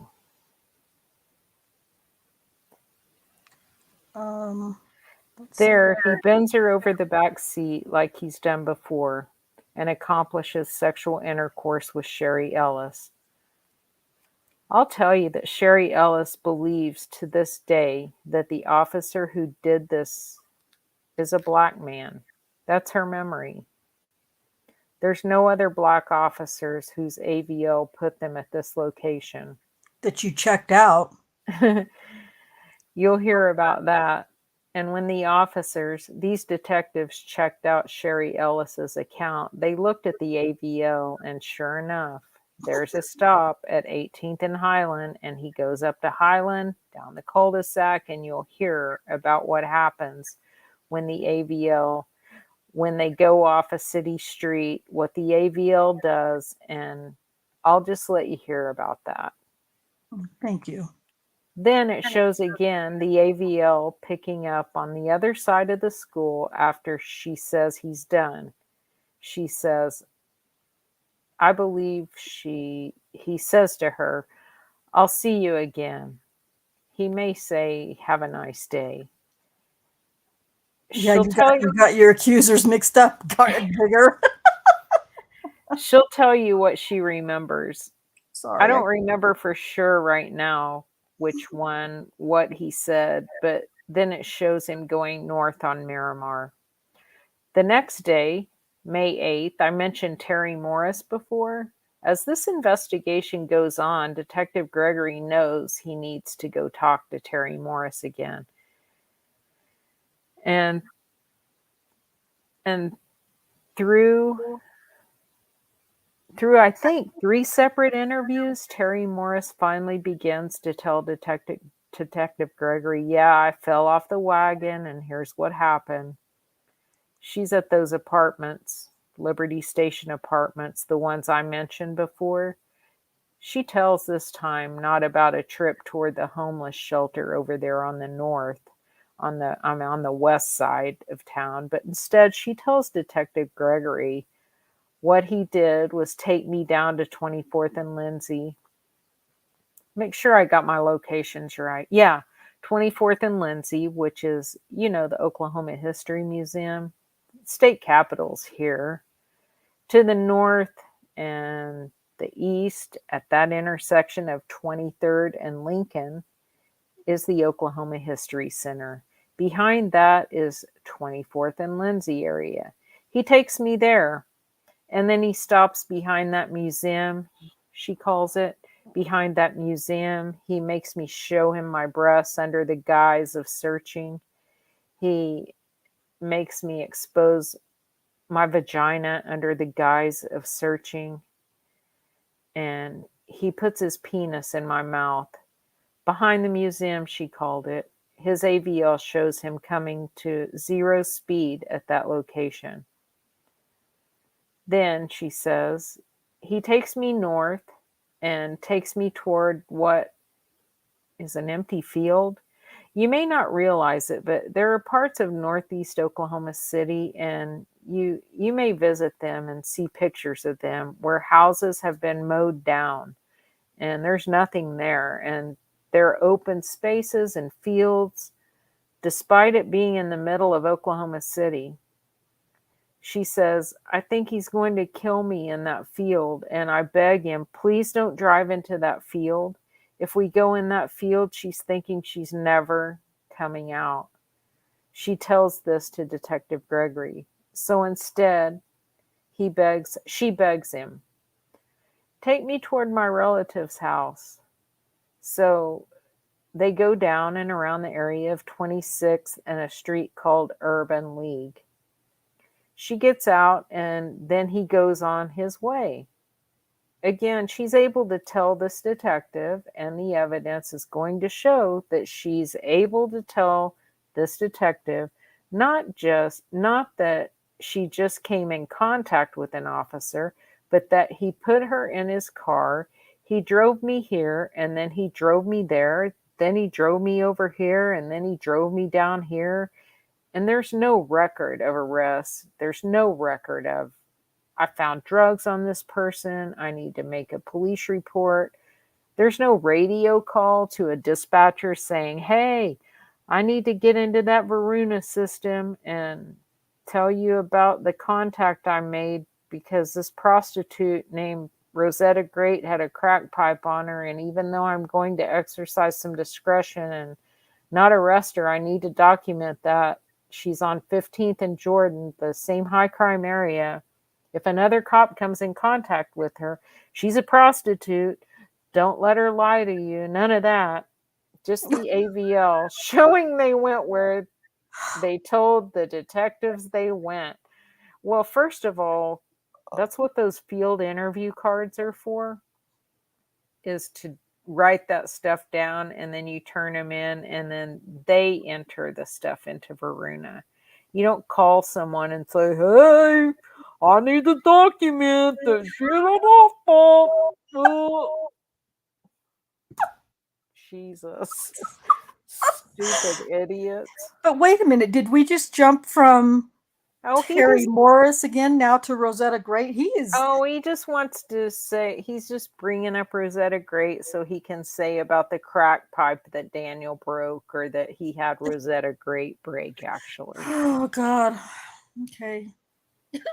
I have to say this. James Crane over in Foul Play says he puts it in her mouth under the guise of searching. Facts, James, facts. Oh my God. He likes the word guys. He does. It makes How many? If we do a search on guys, I bet it's 100. All right. 100. We're getting 100 guys. Guys. Under the guys. We're getting closer, folks. About 3 weeks later, Sarita Bowen is a young lady you'll hear from. Sarita will tell you, I was not on drugs. I was not doing drugs. I was walking from my mom's house. The part of town this police officer stopped me. Yeah, it's surrounded by bad stuff, but there's good people who live right in this area. I know the lady lives at that. I know the lady lives at that house. I know the lady who lives at this house. They're not drug houses. They're good people. I'm just walking. I should have the right to walk around my house even though it's around midnight. I've never heard that story before. I haven't either. He comes into contact with Sarita Bowen, the AVL shows, and she tells us, we confirm it, the detectives rather confirm it, at 16th and Highland. We're back in that area near Creston Heights Elementary. Okay, at 16th and Highland, they come in contact. She says, I'm just walking from my mom's house. She'll tell you that her mom lives down the way. Down the way. So I believe, she, I believe, might have been drinking. I don't remember. She'll tell you what she was doing. Can't drink at her mom's house if I'm remembering the right one. Mom don't like that. But she was out. They come in contact. The AVL shows it. He runs her. She's clear. Doesn't have warrants. But then she'll tell the detectives when they find her and say, hey, we saw that he ran you. Did something happen? Were you victimized? Let me tell you about it. AVL shows they went into the car, 16th and Highland. They go up. They go over to Miramar. They go down Miramar, past the school, past Creston Heights Elementary, to that area I referred to earlier as Dead Man's Curve. It's a place where people dump trash. It's a place that's overgrown. You'll see pictures of it. I anticipate you'll visit it. At Dead Man's Curve, this officer puts his penis in her mouth. bends her over the back seat and puts his penis in her vagina and rapes her. And then she says, he drove me down just a little bit further after the rape occurred and had me get out of his car at about 13th and Miramar. And again, you're going to show the officer's map that goes just like she says. Okay. The evidence is going to show that as we back up and go through this from Janie Liggins and then backing up 7 months, that the officer's actions became more bold, more brazen, and more violent. It's escalating, the evidence will show. 5 days after Sarita Bowen, you're going to hear from Carla Johnson, back to the area of 15th and Jordan, actually 16th and Jordan. She's walking to a friend's house that she's going to call Mr. Euro. Mr. Euro is, I don't remember if Y-E-R-O. I don't remember if I spelled it when I read the witness list. She's on her way to his house. She's not doing things that are particularly illegal. She's just walking to the house. He comes in contact. And on this one, she remembers that this same officer about a month earlier had driven past her, done a U-turn, and then come back and talked to her. And she remembers that intersection. These detectives found in the AVL system about a month earlier that AVL shows he goes up, he does a U-turn, and he comes back and talks to her and runs her about a month earlier. About a month later in her memory, she says at 16th and Jordan, I'm walking to my friend, Mr. Euro's house. The officer comes up and under the guise of searching, he makes me expose my breast to him and he makes me expose my vagina to him. And that happens at that one location. And the AVL shows and the contact shows and the CIU shows that he came in contact with her there as well. I mentioned to you that whenever I was telling you about Janie Liggins, the evidence is also going to show, and you're going to hear evidence that Janie Liggins wasn't the first sexual assault that occurred on his shift, which began June 17th at 4 and ended June 18th at 2. Janie Liggins' stop happened around 2 a.m. in the morning. Sometime a couple hours before that, Kayla Lyles is living in an apartment complex with her boyfriend named James Anderson, motel. They had gotten into a fight over something. She remembers them having a fight. She decided to take a walk and cool off, and that's what she did. She stays at the Relax Inn, which is on 23rd, and she has walked. She's walked about a half mile or so to the area of 14th and Lottie. At 14th and Lottie, she is on the phone with James Anderson, and they're talking. James Anderson will tell you, and she will tell you, that as they're talking, she says, "Hey, the cop is stopping me."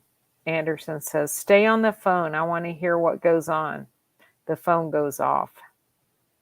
You'll see her phone records. Her phone records show telephone calls to the Relax Inn at the same time that the defendant is stopping her via the AVL system. She will say this defendant then talks to her and takes her back in the car from 14th and Lottie to the area of 18th, 19th, and Miramar, Creston Hills Elementary School. She'll talk about how he went the same way, drove back into that field, goes back to where those buildings are and the trees are covered up.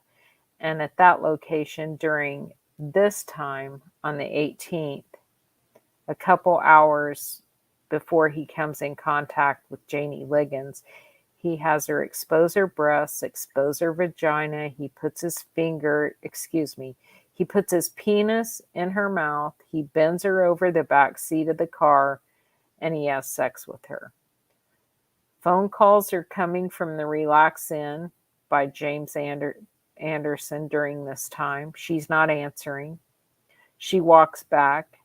Who's going to believe me, she says. Who am I going to call, she'll say. Earlier that day, now the shift's starting for June 17th, 2014. Spring Lake had redistricted a little bit in June. Redistricted? Is that a word? Redistricted. I didn't know this. And not only did it include patrol areas on the northeast side of town, it expanded and changed to where it included some over in the Blackwelder and northwest 14th part of town. It kind of redistricted, took it west of Broadway Extension, west of Lincoln Boulevard. Do we know this? Well, that he got the district changed. It definitely did change, and that's when he had to start working in the west side as well. So he stayed in the east sector, but he also had to take on the west sector. That's when he ended up with Adara's case. Okay. I don't remember when that happened, but I know it did. Adara Gardner's a 17-year-old, incredibly troubled, misdirected young lady. Well, this is the first time young lady is appropriate to be used, so you got that right finally. Drugs, sex, she's a mess. She's walking with a couple of her friends earlier in the day, and she'll tell you about how she's at 13th and Indiana. Excuse me. Earlier in the day, she's at Park and Blackwelder. You'll see a map. The defendant rolls up with her and her two friends, runs them for warrants, finds out if they have active warrants. You'll hear about a runaway juvenile report and some other things. We'll talk about those things, but the point of it is he comes in contact with her earlier in his shift. They talk. He's kind of focused, Adara will say, on the guy that is with them a little bit. That's her memory, but in any event, he runs them. They're clear, and he lets them go. Few hours go by. Later on in the shift, she's at 13th and Indiana. This time she's alone. Same day, later on, hours later, he pulls up. He's just run her a few hours before. He stops her again. This time, she says she's just around the corner from the house where her mother lives. Her mother and her have a terrible relationship. The house is trashed, but that's where she's staying at this point in her life when she's not sleeping wherever it is she sleeps. She's just visiting her mom for the summer. She lives with her dad. None of that. He's making her sound like a poor runaway child who's been left out on the streets, and we all should feel sorry for her. Because none of that was true. It might have been true, but it's never been reported anywhere that the house was a mess. Was it? What does he say? Well, I mean, we don't know what the inside of that house looks like.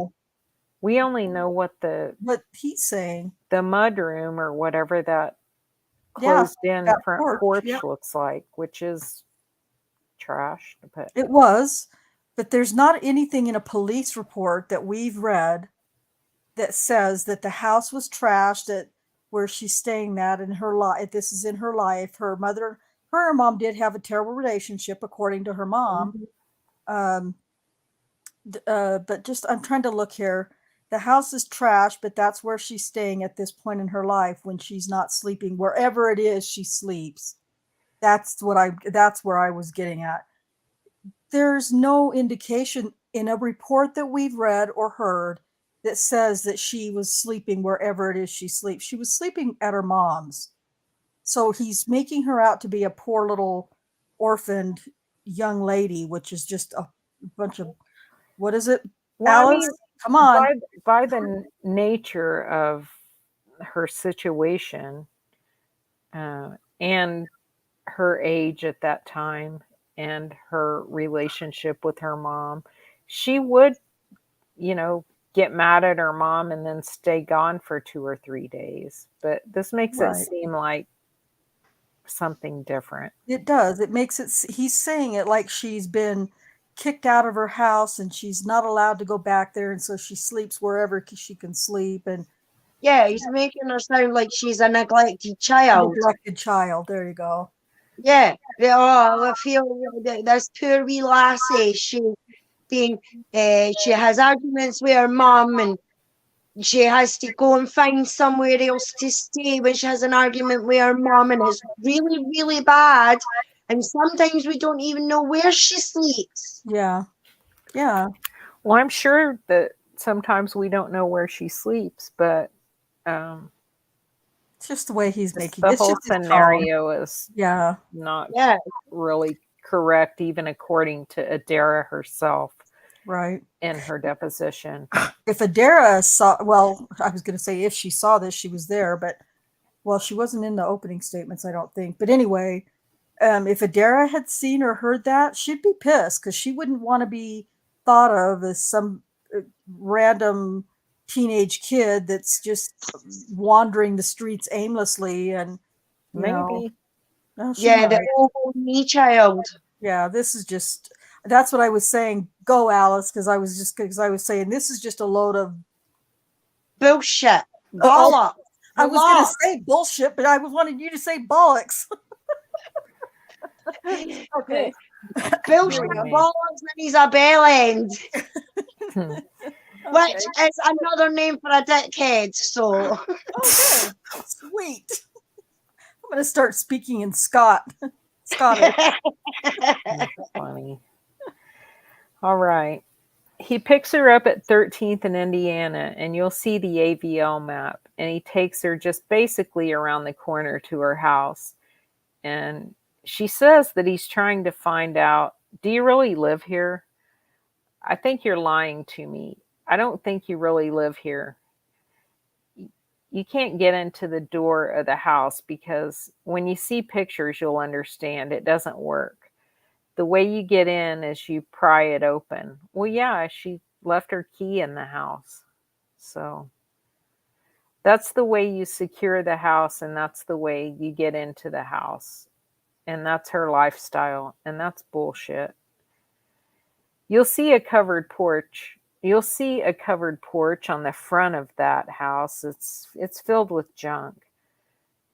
She'll tell you that the defendant drives her to her house and she's going to try to prove to him that she really does live where she says that she lives.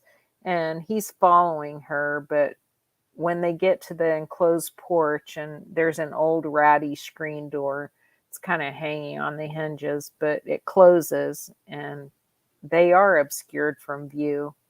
There was a chair. The chair is not there when the police find her, but she says there is a chair. And during this stop, he touches her bare breasts. He sticks his fingers in her vagina, and he has her bend over the chair and rapes her from behind. And she'll tell you about the comments he makes to her while he's doing that. And she leaves. And she doesn't tell her mother. Doesn't get along with her mom. Who am I going to tell? Who's going to believe me? Interestingly, I don't know if I mentioned it.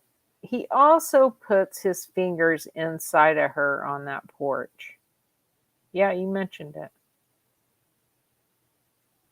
Her mother at some point as this investigation has gone on, is interviewed and remembers Adara talking about a hot cop that she met. Adara will tell you, no, I was talking about a different cop when I told Mom that. But there's the communication between the two of them is not good. But what is interesting is that same day he stops her earlier, runs her, she's clear, goes to her house, and the AVL shows it later.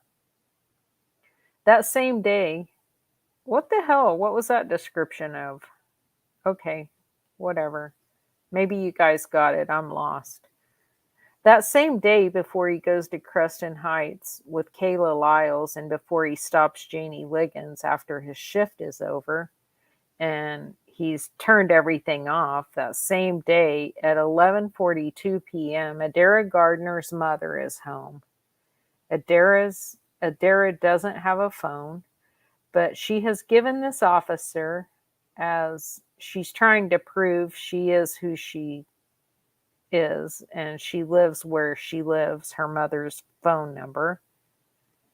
And her mother says that she got a telephone call from a cop asking about Adara at 11:42, and it pissed her off because she's made a runaway report. Why are you calling? Looking for my daughter. She's a 17-year-old kid, and she cusses him out and she hangs up.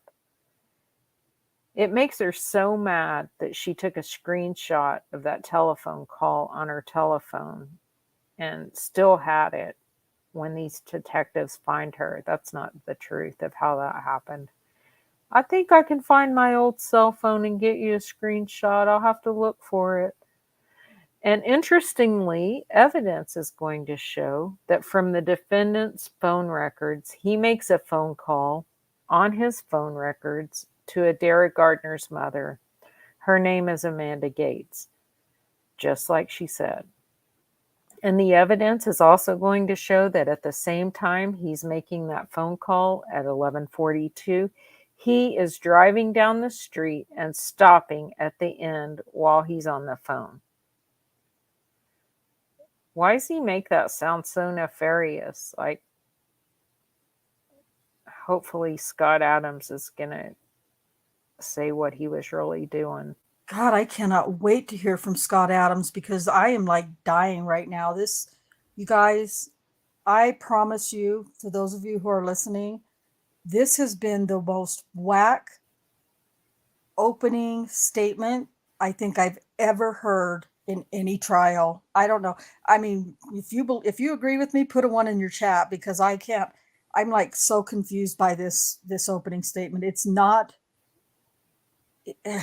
Anyway, go Well, ahead. he's just trying to connect a bunch of fingers and vaginas and, you know, rapey schoolyards and Dead man curves, and I mean, it's just okay. bizarre. This is just bizarre listening to him. He sounds like he's drunk or on drugs. I'm not kidding. He can't form a complete thought in one specific storyline. To me, it seems like he's just all over the place, and you can never tell because of the way the court reporter typed it. You can never tell if he's like quoting what the witness is going to say, or if it's just like one big run-on thing. It's just weird to me. She probably couldn't figure it out either. So well, yeah, it shouldn't be too hard on her. I mean, yeah, in her defense. I've heard him. Let's get out the Notorious video and show it sometime so people can see how ridiculous his speech patterns are. Yeah, how he talks. Yeah, we'll have to do that again. We haven't done that for a long time. All right. One other thing I've neglected to tell you that's an important piece of evidence. Whenever these two detectives get involved on June 18th, they have done what they can that day, but they're still operating in real time and don't know anything about the other ladies that I've told you about. But when Officer Holtzclaw comes to work at 4 p.m., they want to talk to him. And they pull him in and they end up taking his uniform from him that day, his pants. When they submit his pants to the DNA lab in Oklahoma City, they do swabs. You'll hear from Elaine Taylor, a DNA forensic analyst who works for the Oklahoma City Police Department DNA lab. I don't mean to be vulgar, but they take a Q-tip, basically, dip it in saline, and they rub this part of the fly and this part. Well, actually, this part right here, and then if it was unzipped, there's a piece of fabric, and they rub that, looking to see if they can obtain evidence, because they thought that Janie Liggins says that his penis was in her mouth. They're trying to see if they can get Janie Liggins' DNA. What's vulgar about that? I was just going to say, fingers in vaginas and penises in vaginas and penises in mouths, and that's more vulgar to me than. But rubbing a swab on a strip of fabric, I don't want to be vulgar. Yeah, Okay. and I think he's saying that because he's using his own pants as an example, but still. Oh, okay. Well, that makes sense. Yeah. That makes more sense. I wondered what he was indicating on. Yeah, that's what I think. I don't know. Well, I'll quit being that way then, I Okay. guess. Okay. I'm going to touch my junk here for a minute. There's DNA. There's a female profile, but as they talk to Janie Liggins and as they talk to each of the ladies that I've told you about, they voluntarily let them take their DNA. And as this case unfolds in weeks of this investigation, every lady I've told you about, the DNA, it's not matching. It's not Janie Liggins. It's not Sherry Ellis. It's not Kayla Lyles. It's not Carla Johnson. It's not Florina Mathis. It's not. They determined that Officer Holtzclaw has a girlfriend named Carrie Hunt. They obtained Carrie Hunt's DNA sample, and it's not Carrie Hunt. Finally, when we find the 17-year-old runaway, the DNA matches, and you'll hear about the statistics and the probability and the likelihood of everybody else having that DNA other than Adara Gardner. Before I go on, just a reminder, and if Cherie's able to, or Alice, maybe you can find it, but if you haven't already watched Dr. Silkman's presentation about all of this, it was an excellent, excellent presentation. We'll see if one of the mods can find it and put it in the chat for both chats. About 2 months ago, the DNA lab also obtained swabs from the inside of the pants. They swabbed the inside too, not just the outside part of the zipper, but the inside part of the zipper. DNA from Adara Gardner is found with a very high statistical probability there as well. You'll hear the chemists talk about 17-year-olds and body responses and hormones. She's not qualified to talk about 17-year-olds and body responses and hormones and things like that, and trying to help us understand why it would be there. James Crane, it's getting really hard to figure out. Oh my God. True story. Oh my God. Ladies and gentlemen, I've talked for a long time. This case is lengthy. There's a lot of evidence in this case. I haven't told you it all. When I'm finished presenting this case to you, and when Miss McConnell has finished presenting this evidence to you, and you hear the efforts of the two detectives sitting at this table, the state of Oklahoma will ask you to not only find this defendant guilty of all the crimes we have accused him of based on the evidence we presented, but also ask you to fix a punishment that is appropriate for a police officer doing these things. Thanks for listening to me. Wow. All right, thank you. Ladies and gentlemen, it's a little after, it's about 3:12, so we'll take an afternoon break What we'll do is we'll break until 3:30. So at 3:30, I'd ask you to be back in the jury box. Leave your notepads in the chairs. Don't discuss the case. Don't let anyone discuss the case with you. Don't try to find out anything about the case at all. So with that, we will be in recess until 3:30. Oh, gosh. Okay, Jesus, God help me. That was painful because that was just painful. That was one of the most bizarre, like I said, one of the most bizarre opening statements I've ever heard. I don't know if anybody else agrees or not, but it sounded bizarre to me. I think it was extremely. I'm trying to think of the correct word, but having this defense attorney to try to defend against 13 of these various accusers at one time, I think that it was totally unfair for Daniel's defense in any capacity. They should have split it up at minimum, Yeah. or there should have been court-supported more attorneys to help with the case to split it up that way. So Yeah. it wasn't just one guy that basically had to handle them all. There was absolutely no way one guy could handle this. No way. Well, and it doesn't even sound like he I mean, there's nothing saying he had to write it out or anything like that. I know that they like to speak, from the off the cuff. I get that.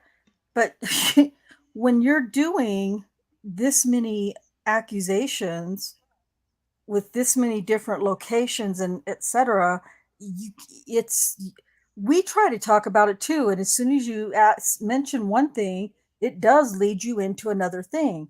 And That's that's right. why we're trying to do this in the time, following the timeline as that we present in the other podcasts. We're trying to do it that way because otherwise, to try to explain to people this case, it's almost impossible unless they've got a couple of hours to sit down so you can try to make them understand how this thing works with that thing and this one goes to that. It's just really difficult. And he just sounded like he was drunk or on drugs, like he could not complete a cohesive storyline or thought. That's my opinion. Okay, we've been 2 hours and 20 minutes. Adams only has 35 page. Jack, are you up to reading that? Sure can.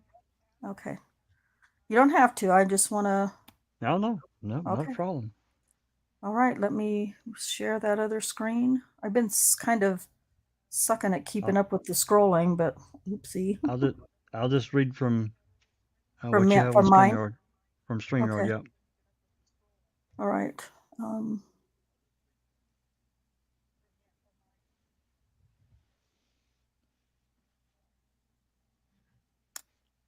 um, okay, this is. Oops. Okay. Okay. Here we go.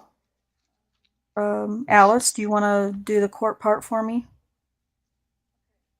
I'm not quite ready yet. Give me just 1 second. I'm gonna get a drink here. Okay. I have pills to take. Oh, I feel ya. And I don't. Hey, hey, getting old. You better not be a punk. You're gonna get killed because getting old is tough. It's hard work. It is hard. I'm not too far behind you, brother, so Hmm. I get it. Alrighty, I'm drinked up and ready to go. You're drinked up and ready to go. Okay, Alice is gonna read the court part. I think.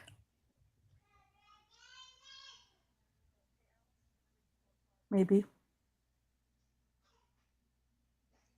I'll just read it real quick. The court, let the record reflect that all members of the jury are present. Counsel for the state, counsel for the defendant. The defendant is present. Mr. Adams, does the defense wish to give its opening statement at this time? We do, Your Honor. All right, you may. May it please the court, counsel, and ladies and gentlemen of the jury. You've had an opportunity at this time to hear. You want to blow that back up? Oh, yeah, sorry. I forgot you said you were getting older. Yeah, I need two good eyes. You've had an opportunity at this time to hear the government's opening statement. And like we said earlier, it's kind of a guideline of what to expect to happen here in the courtroom over the next several days. I'd like to correct a couple of things that Mr. Geiger brought up in his opening statement. How important it is, and I really don't know. But I think it's important to Mr. Holtzclaw that we have a fair and accurate representation of how all this happened, or all this transpired. Mr. Geiger told you that he was given a badge and a gun and was sworn in as an Oklahoma City police officer in September of 2011. That is not true. He went to the academy in September of 2011, and he had to go through Oklahoma City's rigorous training in regards to new recruits. And it's not just your simple everyday job assignment where you go in and you respond to a newspaper ad and they just take them as they come. They do background checks. They do things that typically you don't see in regular everyday jobs. They do mental evaluations. They go back and look at your college degree, if you have one, and check out your grades. Talk to people and find out if you're someone who's suited to be an Oklahoma City officer carrying a badge and a gun. Daniel Holtzclaw checked out fine on all those things. But let's back up a little bit and find out how we got to where we are today. Back in the late 70s, Daniel's father, a guy by the name of Eric Holtzclaw, was in the United States Air Force and was stationed all over the world, basically. He met a lady by the name of Kimiko in Japan, and they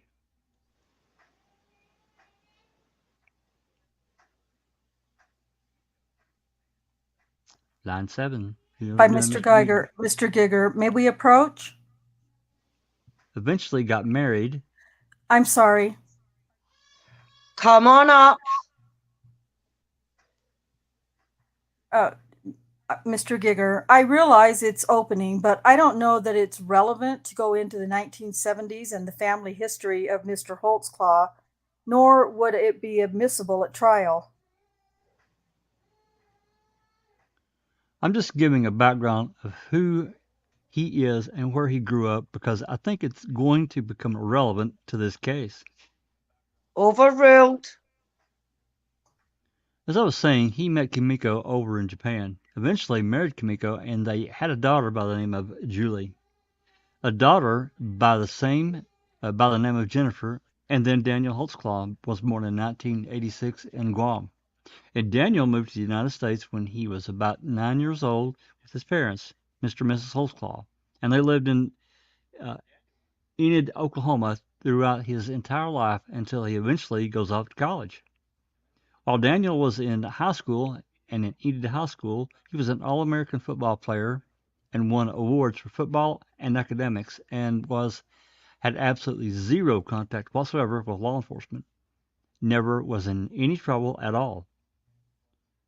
And believe me, after all, that's been vetted and gone through and everything. His father, upon retiring from the United States Air Force, became a police officer there in the city of Enid and has attained the rank of lieutenant, which is the equivalent of a captain here in Oklahoma City, and he currently serves in that position. Daniel has had two dreams in his life, and one of those dreams was to be an NFL football player. His second dream was to be a police officer. After he accepted a full-time scholarship to Eastern Michigan University, he started for 4 years as a middle linebacker and broke all sorts of NCAA Division I records for the tackles and things of that nature. Was an outstanding football player. After completing his educational requirements, there at Eastern Michigan, and he decided he wanted to go to give the NFL a try.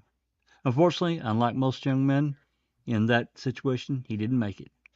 He went to the Detroit Lions, signed as a free agent, tried out, and was cut. He realized at that point in time that he was not going to realize his number one dream of being an NFL football player. So at that point in time, he started applying to police departments. And one of the that attracted him the most was Oklahoma City because of the size and the location to his family in Enid. He also had a brother-in-law who is a police officer in Norman, Oklahoma. So after Daniel goes through the application process and begins the academy here in Oklahoma City, it's a lengthy process where you do rotations with different units and you go to different parts of the city. You have to ride along, you have ride along partners, and you have a lot of testing to be done. And you can only imagine all of the things that they have to go through to actually become a certified police officer. During his term there, he grades out, as Mr. Giger said, grade on basically everything. And eventually, he is granted his badge and his gun and his commission card, and he becomes what's called a CLEET, CLEET, certified, which means that you are trained by law enforcement officers to carry and use a weapon here in the state of Oklahoma. And he becomes a full-time officer here in Oklahoma City. His assignments as a rookie officer, as a baby officer, is what a lot of them call them, is the Spring Lake Division. And that's the division we've all been talking about over on the northeast side of Oklahoma City. And as Mr. Giger said, it's probably, or is without any question, the highest crime area in Oklahoma City. It's predominantly a very low socioeconomic area. There's a lot of drugs. There's a lot of gangs. There's a lot of violence. There's a lot of murders. There's a lot of rapes. There's a lot of things that happen over on the northeast side of Oklahoma City. As Mr. Giger said, they're not particularly fond of the Oklahoma City Police Department for whatever reasons. And I believe a lot of them will come out, and the proof will be that it's because the activity they choose to have over there on that side of the city. It's a different. I can assure you that the evidence you're going to hear in this courtroom and what you're going to witness from these witnesses on the witness stand is you're going to see and hear things that you cannot fathom what happened in your neighborhood, nor could you fathom the individuals being in your neighbor and running around late at night and the things that they're up to and the things that they're doing. Like Mr. Giger said, kind of an atom bomb of Hiroshima goes off on June 18th of 2014 for Daniel Holtzclaw as a young, rookie, vibrant, excited, loving his job police officer here in Oklahoma City. And as he was taught in the academy, it's what's called community policing. You're not only supposed to be a police officer in your patrol car, but what they encourage officers to do is to get to know people in the community. You get to know people where you patrol, to be seen all the time. And if you see people walking late at night, to stop and inquire and introduce yourself. Find out what's going on. Obviously, bigger matters will be taken more serious than the smaller matters. But as you can only imagine in northeast Oklahoma City, there's a lot of activity going on over there that is not legal, and a lot of things are happening over there. So he's developing into this young police officer, and he's very naive. And I think all that will be evident through the evidence you'll hear through the witness stand and otherwise. And he's very gullible. And Daniel Holtzclaw, during his time as an Oklahoma City police officer, comes in contact with a number of individuals. Up until June 18th of 2014, it was just another day at the office to him. not in regards to the allegations that are against him today, but in regards of the way he would police. He wanted to get to know people. He wanted them to know him. He wanted them to trust him. He knew that his life and the life of his fellow officers here in Oklahoma City depended on these people trusting him and trusting what he said and what he would do. And all that leads up to what happens on the 18th and what Mr. Giger left out of this story with Ms. Liggins. And if you'll recall, that's the very first person that ever reported Mr. Holtzclaw in regards to any sort of sexual activity. And that was on June the 18th of 2014.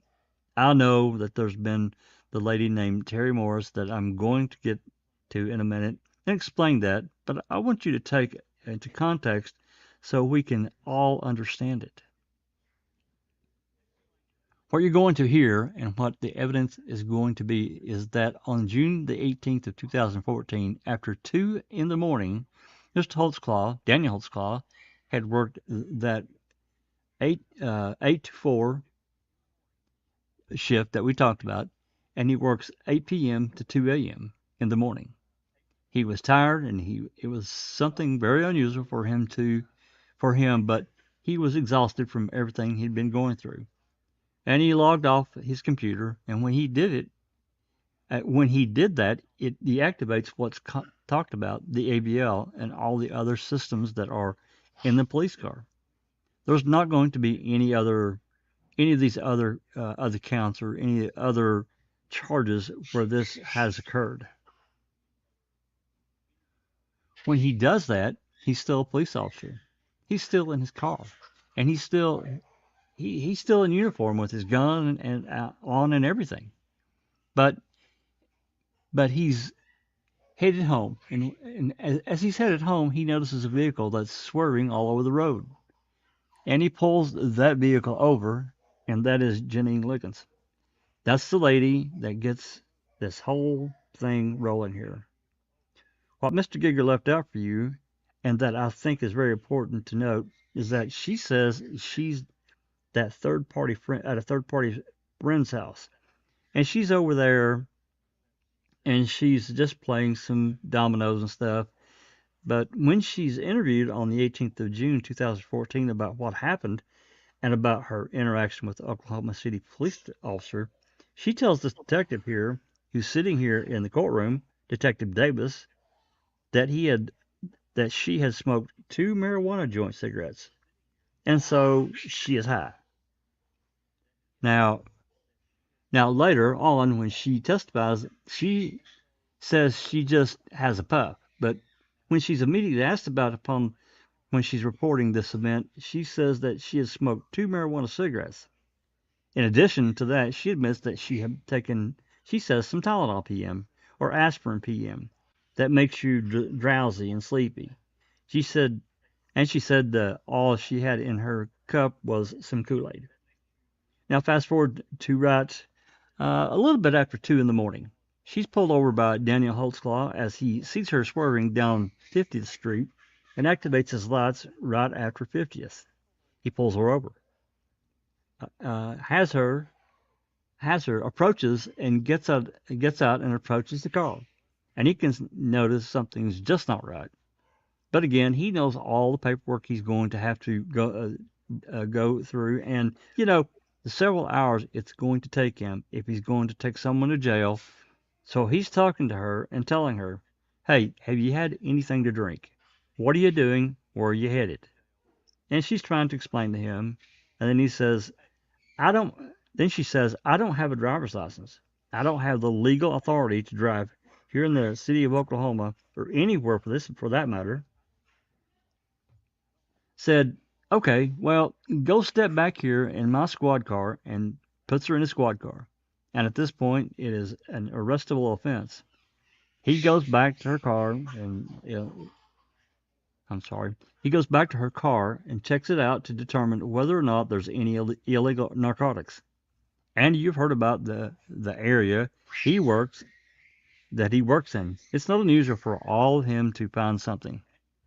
And he's looking through her car, and he notices a number of prescription bottles.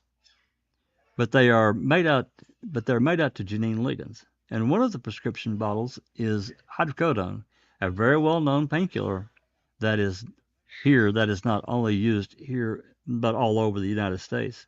He notices some other items, nothing that really gets him all riled up or anything. He goes back and tells Miss Liggins, "Listen, you don't have a driver's license. It's past 2 a.m.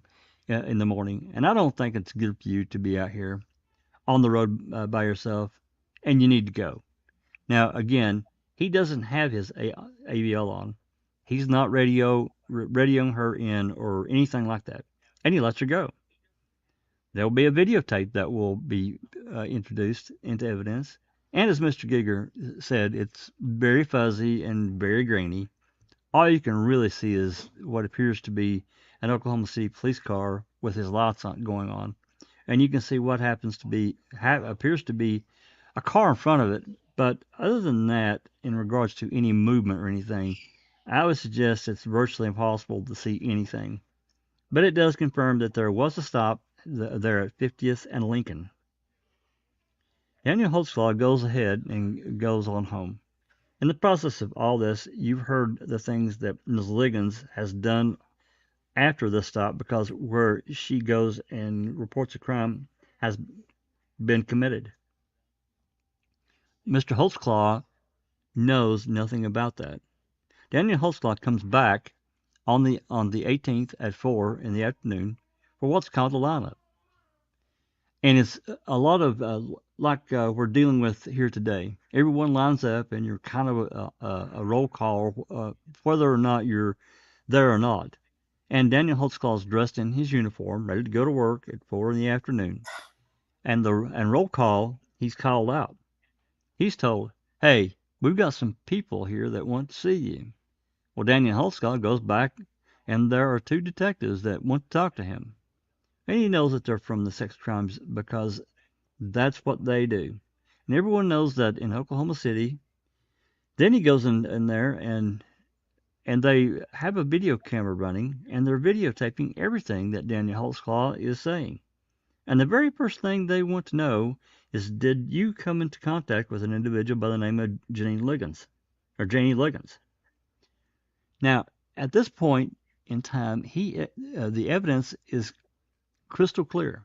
They don't have a videotape from the area of 50th and Lincoln. He knows he didn't have on his AVL or any of his radio system, and he knows he didn't call it in. It was a very brief stop. So if at that point in time he could have easily said, "I didn't stop anyone, don't know what you're talking about." No, I didn't. But he doesn't. He says, "Yeah, I pulled her over, and goes to the story I just told you." He tells them, "I thought she was messed up. She swerved on the road. I was off duty. I logged out of my computer, pulled her over, checked her out, and let her go home." Well, we need your pants. We need all your uniform, need your badge, your gun, everything. You're on leave.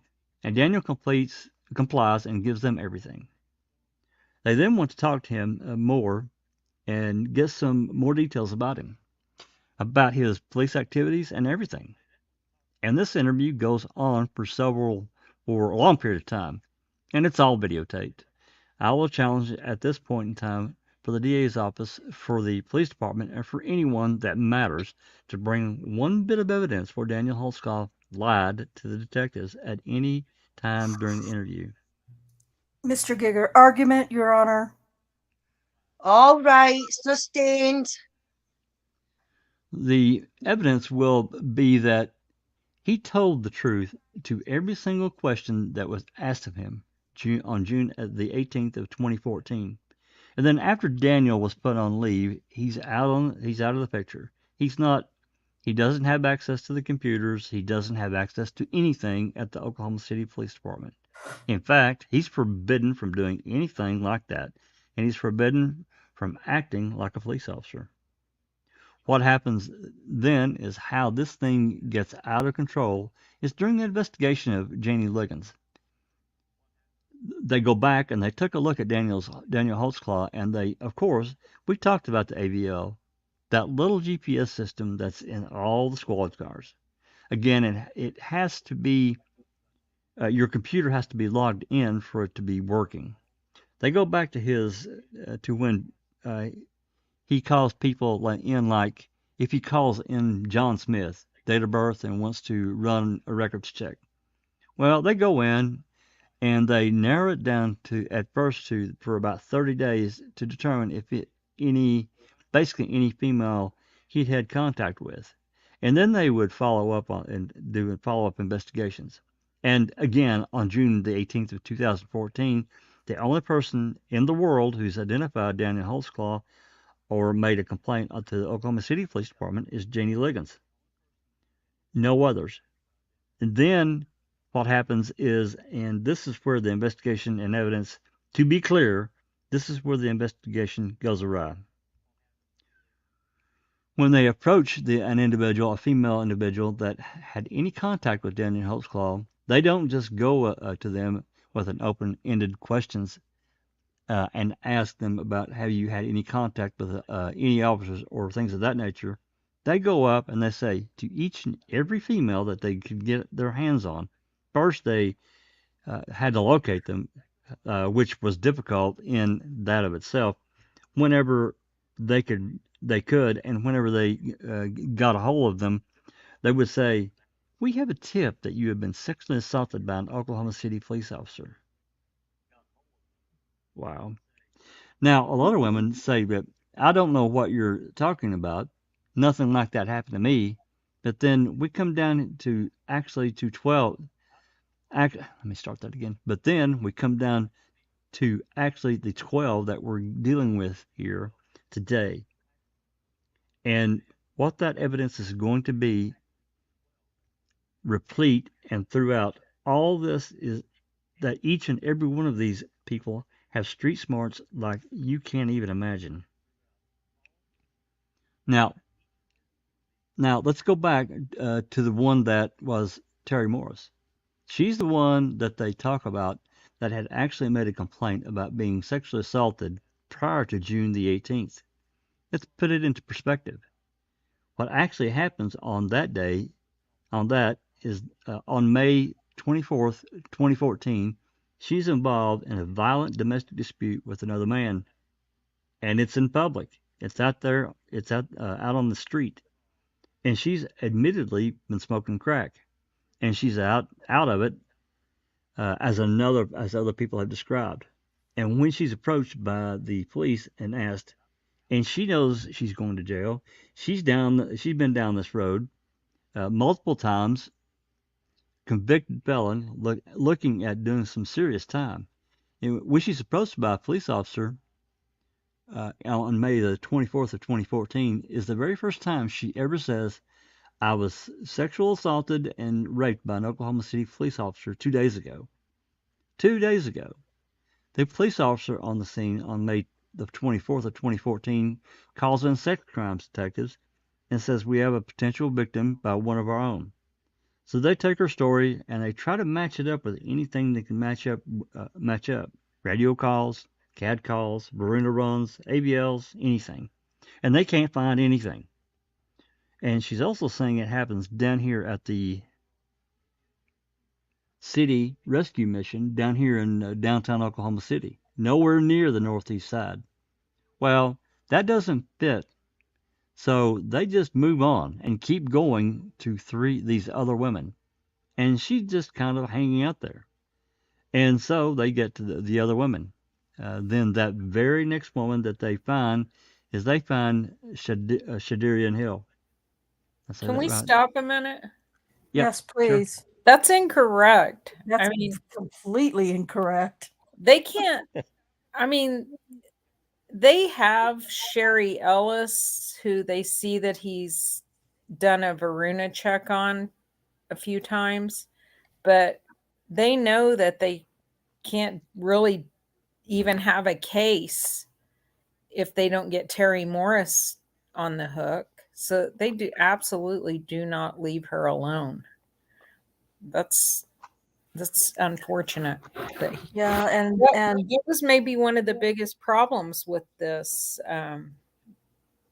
with Scott's story is that he didn't put enough significance on the importance of Terry Morris. Yep. Yeah, because and then he's going into Shardarian Hill, and I'm thinking, what the hell? That's why. I think he's point for point. I don't know if he's took notes during Giger's opening, but that's the direction Giger went. Yeah, he probably just. Oh, these guys. I mean, he sounded good until just about now. He sounded okay, but now he's starting to get wonky. So. Well, that's kind of what I was saying earlier. Is that a case of this magnitude to me? I'm not a lawyer. I've never had to face that kind of thing. I just try to equate that to some kind of situation where in my career I worked in flexographic and rotogravure printing for 25 plus years, and knowing how jobs worked and in that process, and I think about having a situation where it's like this for me, and not having just basically being alone trying to do it, and there's just absolutely no way. And the other end of that is I have to look at the scales of justice of how that weighs out. One trial with 13 accusers, and basically one lawyer. I mean, I'm sure he had. How many paralegals helps did he have? 2 or 3, maybe? He had another lawyer. He had Robert Gray, and then I saw a female attorney's name listed early on, but I don't recall her being at the defense table. I could be wrong. Bates was there the whole time, the private investigator, and he was probably the biggest assistance to Scott Adams. I mean, to say the least. Yeah, I mean, well, just based on what we see with his podcast and everything that he's presented, I would have to agree with that. I don't have nowhere near the knowledge you have of the case, but that's what I see. But this lack of legal help, the presenting things to the court and the jury, I think the tact. I just think it was. I think it was a lost thing for Daniel from the outset because everything was set up against him. Yeah. And it's not supposed to be that way. Right. It's supposed to be innocent, and you get a guy like this dickhead Geiger, please pardon my language, but the guy is a complete maniac as a prosecutor to me. Yeah. Well, I try to remember that how long it took me to wrap my mind around this whole case. And it was way over a year. Yeah, I was going to say months and months, wasn't it? Months and months. Had to be. I mean, and still. Yeah. So I can't imagine. I mean, and was this Scott Adams' only case at that time, or did he have? I can't imagine that he didn't have other things he still was committed to work on. Right. Yeah. Under Your Scars, Scott Adams is a well-known attorney. One of the top 2 rated Oklahoma. Yeah, his family helped him get Scott Adams. Yeah. So he's a very well-known and very well-respected and good attorney, defense attorney, but this case is just not winnable with just one. No way. No, you're fine. You're saying exactly what I'm thinking. There was no way from the very outset everything was stacked against Daniel, and it's not supposed to be that way. I'm sorry, it's not. No, it's definitely not. But that's not just an American thing. With the lawyers, excuse me, Luke Mitchell had one of the best lawyers that we had in Scotland at that time. He was the best in his field, and that Wayne got sent to jail for a minimum of 20 years. So they may be the best lawyers, but it doesn't mean to say that they get everything right. or they say the right things, you know. Like Rhonda says, he started off brilliant. He started saying, well, let me just inform you, Mr. Gigger got things wrong. He told you this, he told you that. He should have kept going on the lines, I think, picking up on everything that Gigger had said was wrong, you know, and he's just kind of went off on a tangent in a sense. So just because they've got the best lawyers doesn't mean to say that they're going to win their case. Yeah. Well, no, no, especially when it's from the very outset. You got 13 of these people against one guy.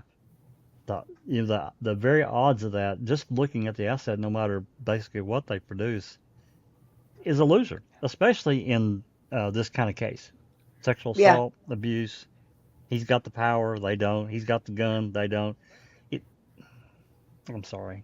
Anyway, Brian Bates, I can't remember if it was in an interview. I can't actually remember where I heard him say this, but he said basically the same thing.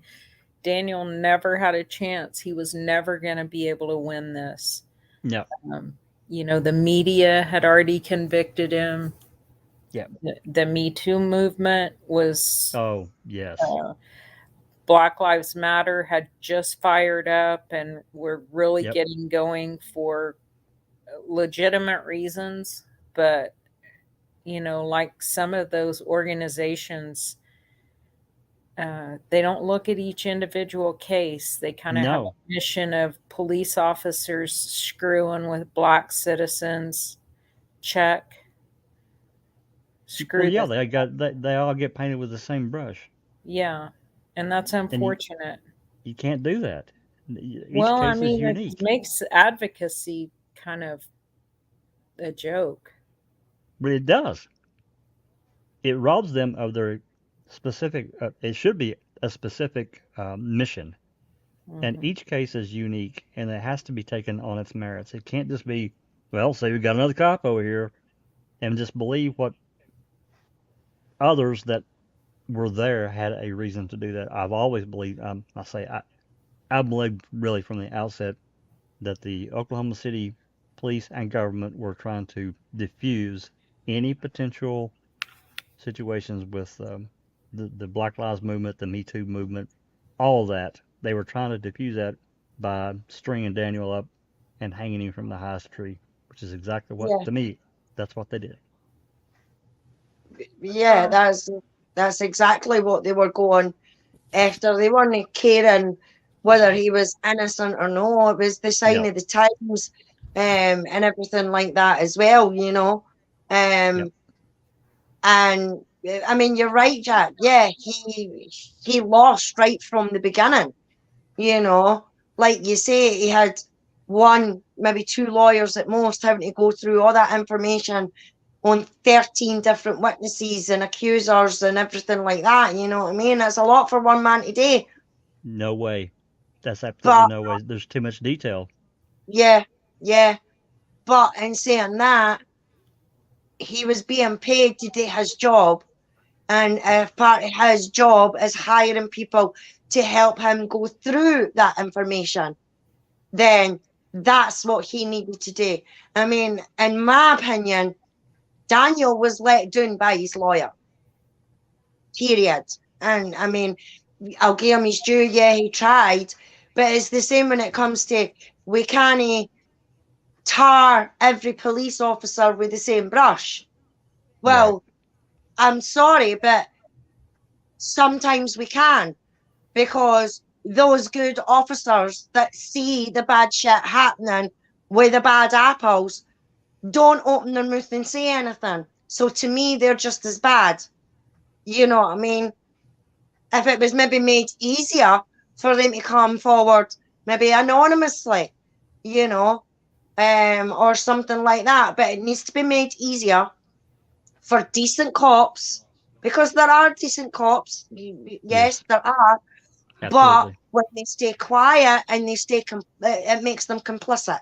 You know, there needs to be an avenue for them to be able to go somewhere to report without getting the repercussions that comes along with that, you know. Yeah, I agree. It's very difficult for cops, and many of our almost, I don't know how many, 4,000, or I don't know how many, I'm saying that wrong. However many police departments across our country, and it's around the world, it's not just here, be able to come forward without putting themselves or their family at risk and their career, um, to right a wrong if somebody's being railroaded. And I mean, there's still information. I'm sure Kay could probably speak a lot more to this than I ever could.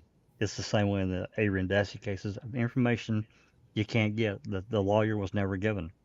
I think the one of the things was, when did um, Rocky and Bullwinkle pull the AVO? I really pull the AVO records, because Yeah, I think that was there's a lie about that, right, Kay? That we, well, or you don't really know.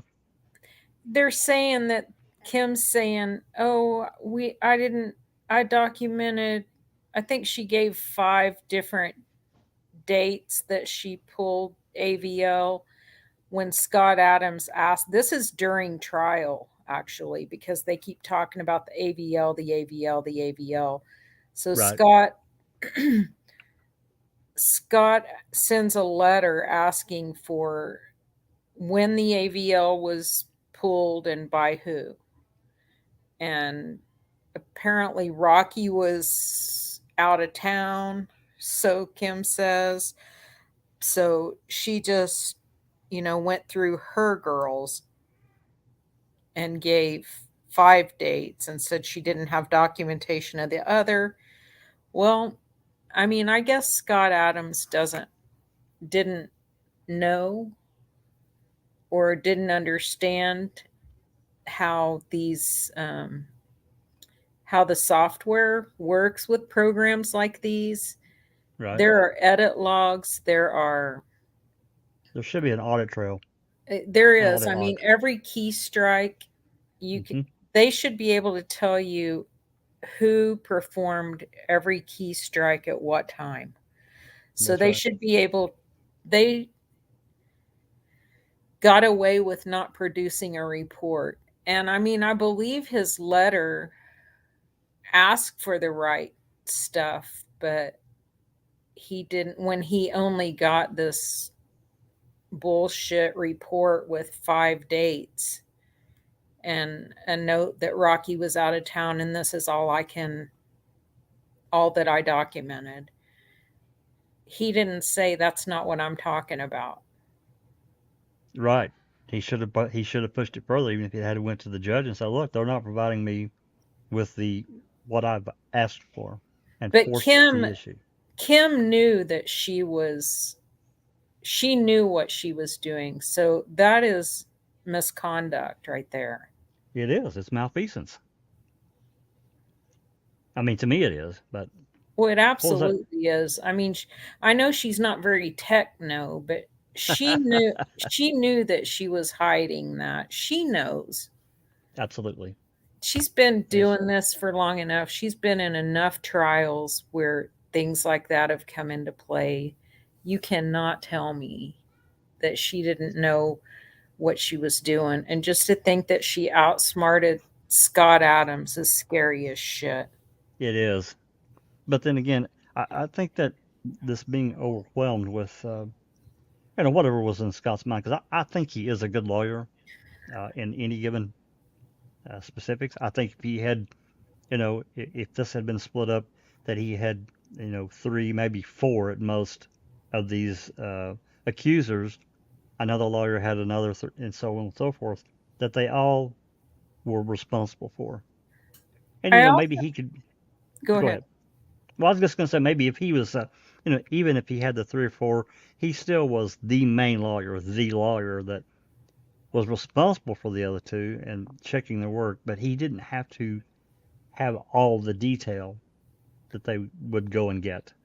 I'm not I think it would have been extreme. I'm not exactly sure how old Scott Adams is, but I would guess that he's not, he definitely wasn't using computers in high school. Were they using computers like we do now when he was in college and law school? I think his practice looks a lot different than an attorney's practice that's just coming out of law school now would look, as far as not relying on computers for everything as much. Maybe I'm completely off base, but I just got that feeling from something that I read in the trial transcript, and I can't even remember what it is. Yeah, it seemed like he has a real lack of understanding, as you said, how these systems work. That's what I'm getting from it. And I think Just from that's where, and you can't, I mean, you seriously can't push everything onto Brian Bates because, you know, it's so obvious how much work he was doing. oh yeah, I mean, you don't understand the amount of work that Brian Bates would have had to have done until you have a good understanding of this whole case. oh you could And just then look at just, if you just listen to any number of his podcasts. He did and that I know from just doing lives and streaming myself, it's very difficult. It's a lot of work. A lot of work. I can tell you it Mhm. is, and you guys know as well, right? I know Rhonda knows. I know you know, Cherie. You guys have helped put this stuff together, and to just imagine going and having and all the other extra things that he did in relation to that as well. Well, but Jack, we're not very techno either, so. And we most of the time are rolling uphill. I know exactly how you we feel. don't we don't want to be compared to your podcasts. Yeah. And besides that, Kay does most of the work. Oh, that's not true. That is very true. It's not only a fact of putting this stuff together; it's the fact of being able to get your hands on it. That's another Getting whole end. exactly. That's the other end of it. I mean, right now, I'm still waiting on. There were jail calls from Avery during trial. Um, that was January or February and March of 2007. Now, these were records requested, of course, long ago. But for February and March, we have almost no calls during trial. However, if you watch Making a Murderer, he made several calls during trial, and we don't have them. And we just say, oh well, blah blah blah. Well, it's complete bullcrap. So I did a records request back last August for these calls that we don't have. That Rieger just seems to just want to say no, you can't have them. And the new sheriff, uh, his excuse, I still don't have them. His excuse is, well, they'll play, but we're having trouble getting them burned off into a CD. But it's the exact same system as they used at the time. It's the same, thanks for using Aerocom. It's the same system. So what's the problem? I think the problem is you need an attorney. Well, I got one of those. And we'll I see. mean, people have been I've been reading about people who are suing agencies for not turning over open records, and they're winning. Yep, They're winning absolutely. lawsuits that are like tens of thousands of dollars. Yeah, absolutely. I mean, it's just ridiculous. That'd buy a lot of records. It would. It'd buy a ton of records. Hell yeah. Rhonda, Under Your Scars had asked another question you had up a minute ago. Let's see. I think I put it on the screen. You did. Was it this one? No. Oh, I can't remember where it is or what it was. Dang it. I'm looking. Oh, sounds like as a newer officer, he maybe yeah. had a few that didn't like him, so found a way. That was another aspect Under Your Scars that I've also thought about. that he had somehow made some enemies. I mean, I don't know Daniel. You'd have to ask Kay and Rhonda and others that have conversed with him, but he sounds like a good guy to me.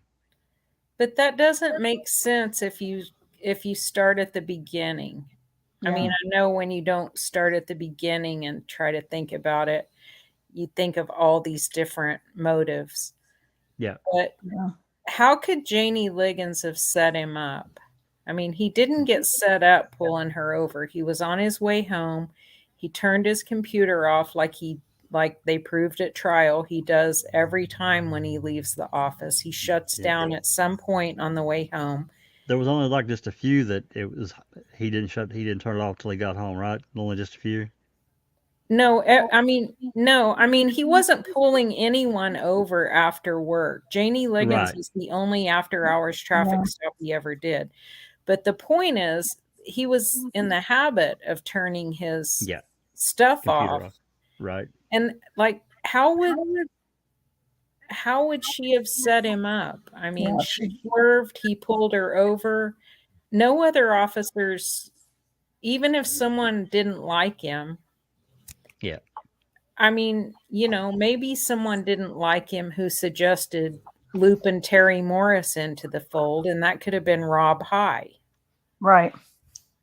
That's the only person I can find any kind of. But I mean, I don't find anything that shows they were in gang unit when Daniel did his little stint in gang unit.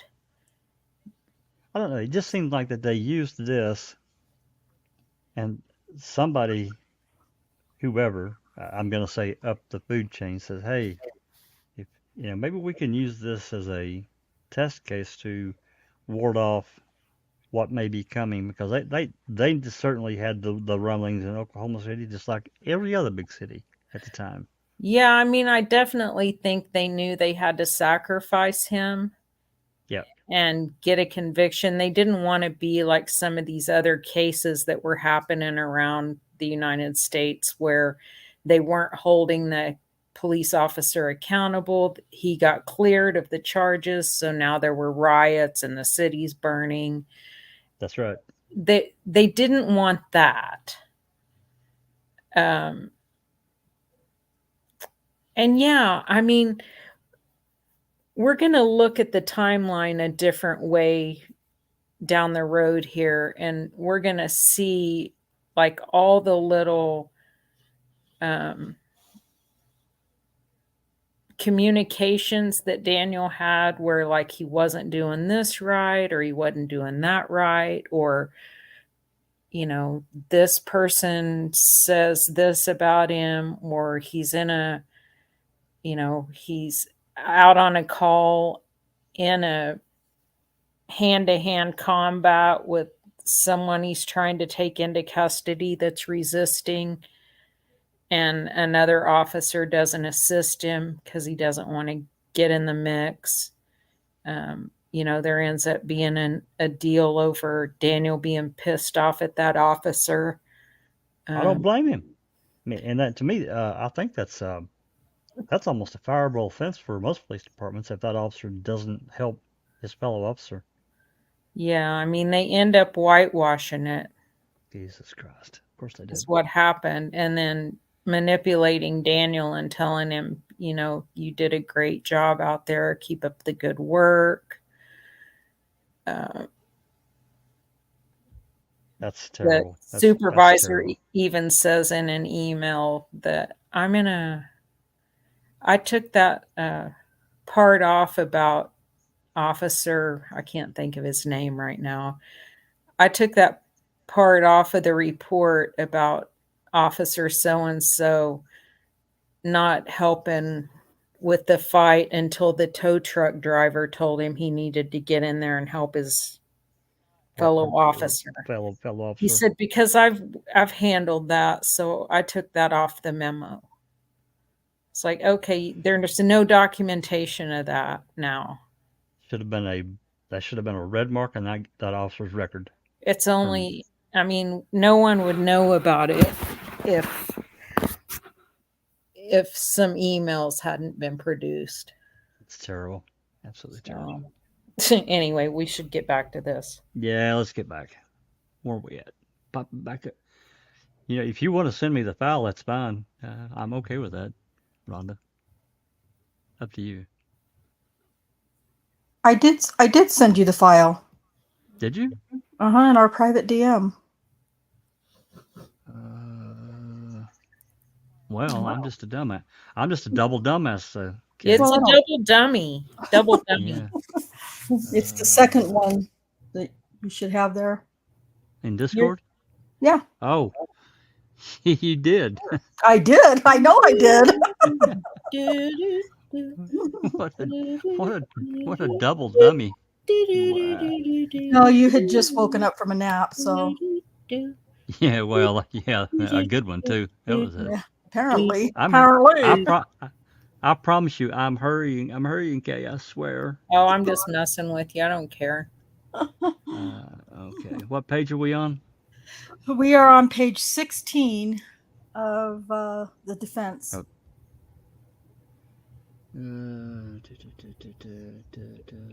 16. Okay, I'm on line 5. Is that right? I think it's line 5. Yeah, line 5.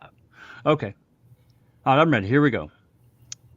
And so, as they get other women, then that very next woman that they find this Shadarian Hill, and she's the one up at the Liberty Station apartments that we've heard. And it's a drug infested, it's crime infested, and the evidence will be that you wouldn't even think about going over there at nighttime.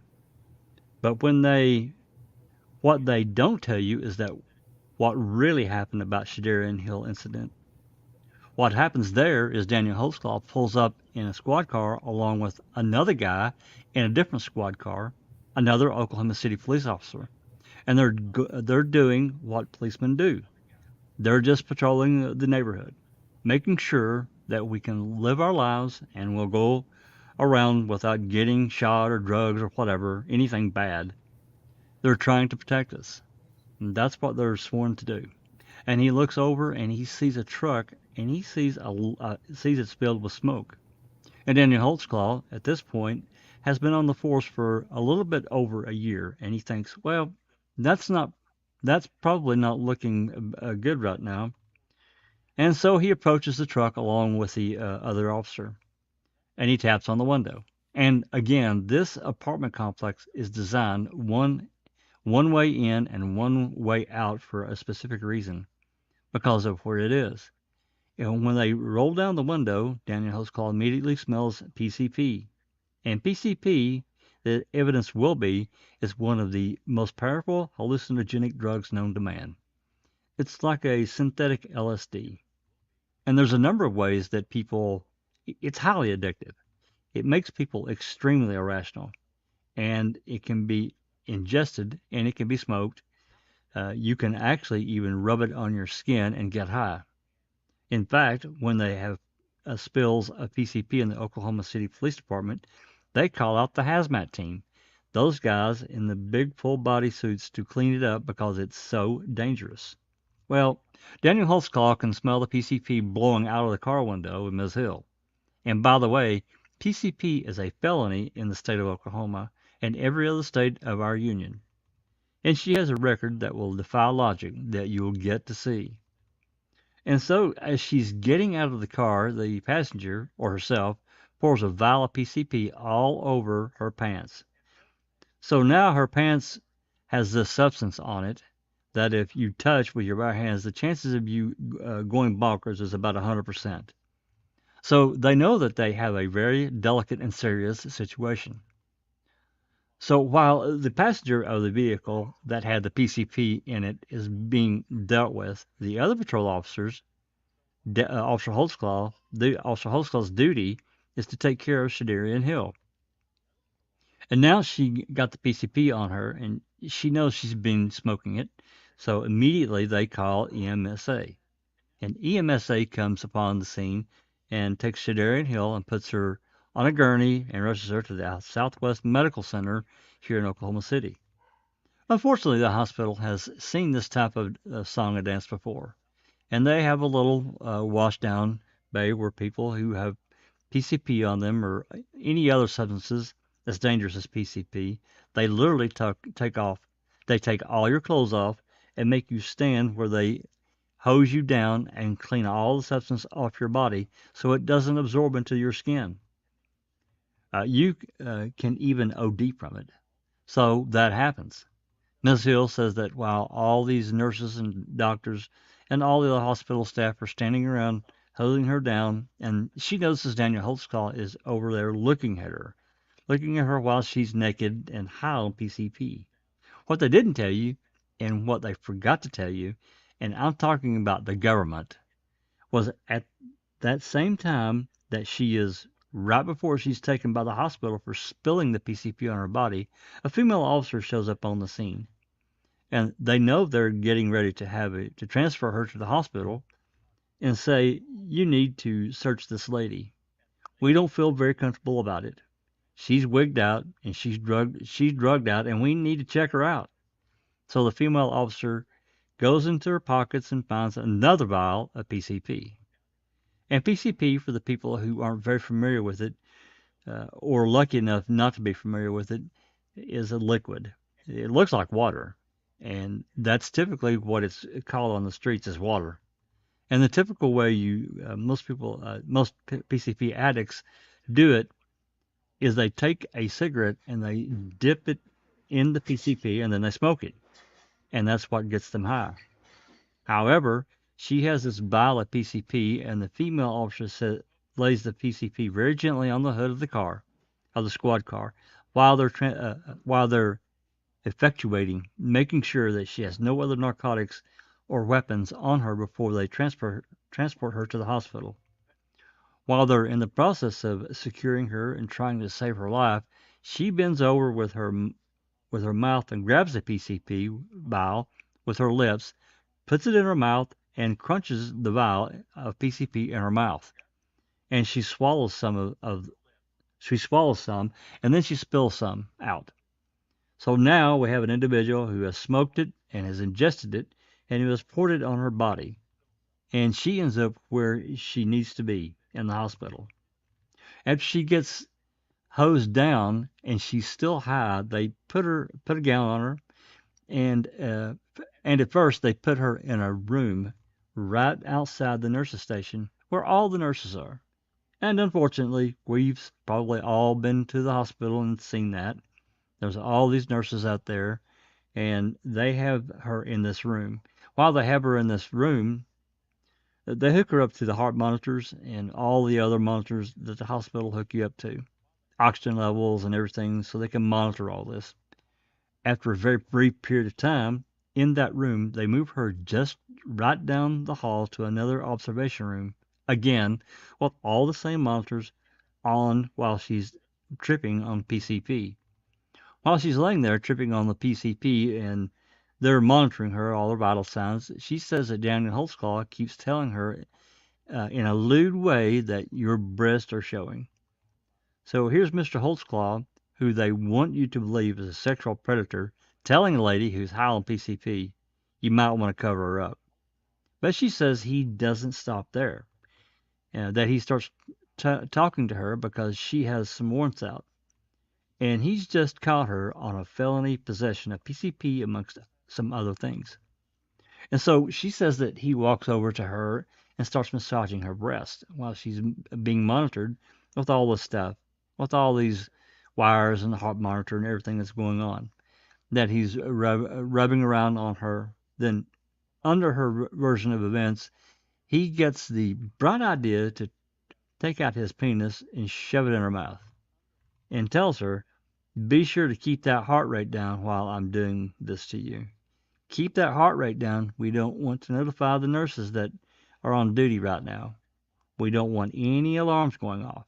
So keep that heart rate down so somehow the evidence will be in a monk-like fashion. She keeps her heart rate down so it never trips off anybody in the hospital, anything's going on. Forget the fact that the door is either wide open or a doctor or nurse or anyone could come in at any given time. Seriously, you just can't make this shit up. You just can't. She did say that, right? She did tell uh, uh, Blinker and Bullwinkle that this is Yes. what Daniel said to her. Yes. Unbelievable. Oh my fucking god, man. If I need to listen to any more of this fucking drivel, I'm gonna fling my fucking tablet off the wall. How the fuck did these fucking people believe this bullshit that is coming out of this fucking courtroom? I don't know. Maybe they were more concerned about the people chanting outside. My god, man, there is so much drivel in it. It is unfucking believable. I'm so angry with what I'm fucking hearing. I really am. And I know this is Daniel's lawyer, but I'm still raging. This even got as far as what it fucking got, and that man is sitting in a jail cell for 260 fucking 3 years for this pish. I know. I get it. It's horrible. Crazy. It is. Okay. I'll continue on. Line 10. But she says he goes even further while she's high on the PCP. She says that he takes off his gun belt. And if you've seen a gun belt, one of these Oklahoma City police officers, they've got guns, they've got magazines, they have baton sticks, they have light, they have flashlights, they have handcuffs, and everything else in the world. But she says he just whips it off, lays it down on the chair, and then starts letting her give him oral sex. In the meantime, he decides that that isn't enough for him, so he decides he's going to take his fingers and insert them underneath her gown into her vagina. Again, while she's keeping her heart rate down, her heart rate and all the other vital signs down, so it doesn't alert anyone. Of course, Daniel Holtzclaw denies any of that happening, but what we do know happened is that she was at the Southwest Medical Center, and we do know for a fact that he was observing Miss Hill while she was high on PCP, as he is required to do, and keep her in his eyesight, and he's required to do so. And we do know that while she's there, another police officer brings another person who's in custody to the hospital to be treated. And what we also know for a fact that without any question that that other police officer's person that was arrested decides that they're going to run away from the hospital, and they do. And we found out that Daniel Holtzclaw is then asked, help me, I've got a runner. Daniel Holtzclaw takes off the door out of the hospital and helps this other officer apprehend the runner while he's allegedly molesting Miss Hill. We all know that happened. Then he supposedly come back and continues these activities with Miss Hill. Then, without any question, we know that Officer Holtzclaw then transported Miss Hill to the Oklahoma County Jail. For anyone who's unfamiliar with it, it's the big structure right down here, about 9 stories high. Actually, 11, but it's right down here. The big red brick building. And he pulls her in there after he's allegedly done all these things to her, and he books her in on felony possession charges.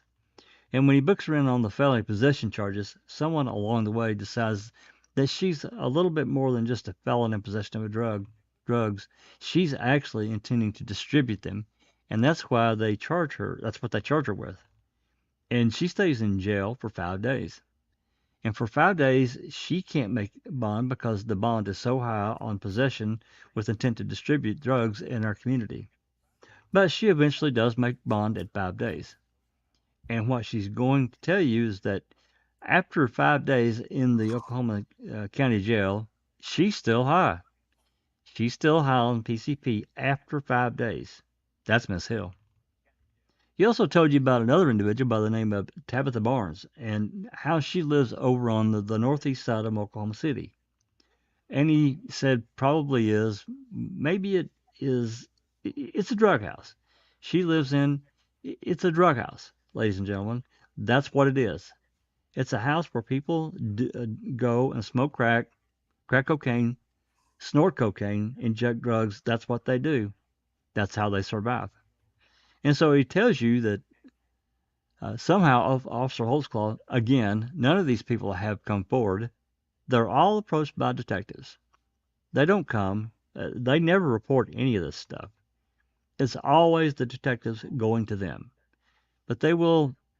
But they tell you about how she is out warming up her car in the winter, and that Officer Holtzclaw pulls up, and after getting rid of the kids and another person, that he somehow decides it's a good time to go ahead and feel her breast. 2 months. But what they fail to tell you is immediately after this breast touching incident that she says happened after she's approached months later by the police is the very next day that her house is actually literally burglarized.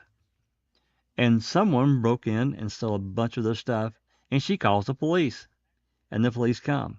And when she's telling the police about my house getting broken into, they stole this and stole that. She fails to mention this alleged molestation by Mr. Holtzclaw, or anyone else for that matter. But it's about a month later, Daniel Holtzclaw's on patrol, and he knows that Tabitha Barnes' house has been burglarized in the past, and he's trying to be a vigilant cop, and the evidence will be crystal clear. Her door is wide open. Her door is open, and he radios it in, and he's going to go up and check a known drug house, and he's going to go up and see what's going on. So the police officer, as he's driving by in his squad car, and he sees the door open, he parks right in front of her house, and he walks into her house announcing, "Police, Oklahoma City Police," as I would think we would all want to do if our door was wide open. And he walks in, and he sees this individual laying on the couch, and he shines the light on him, and he says, "Who are you?" He says, "I'm Terry Williams." He said, "Well, come on out with me. I'm going to check you out and make sure you are who you say you are."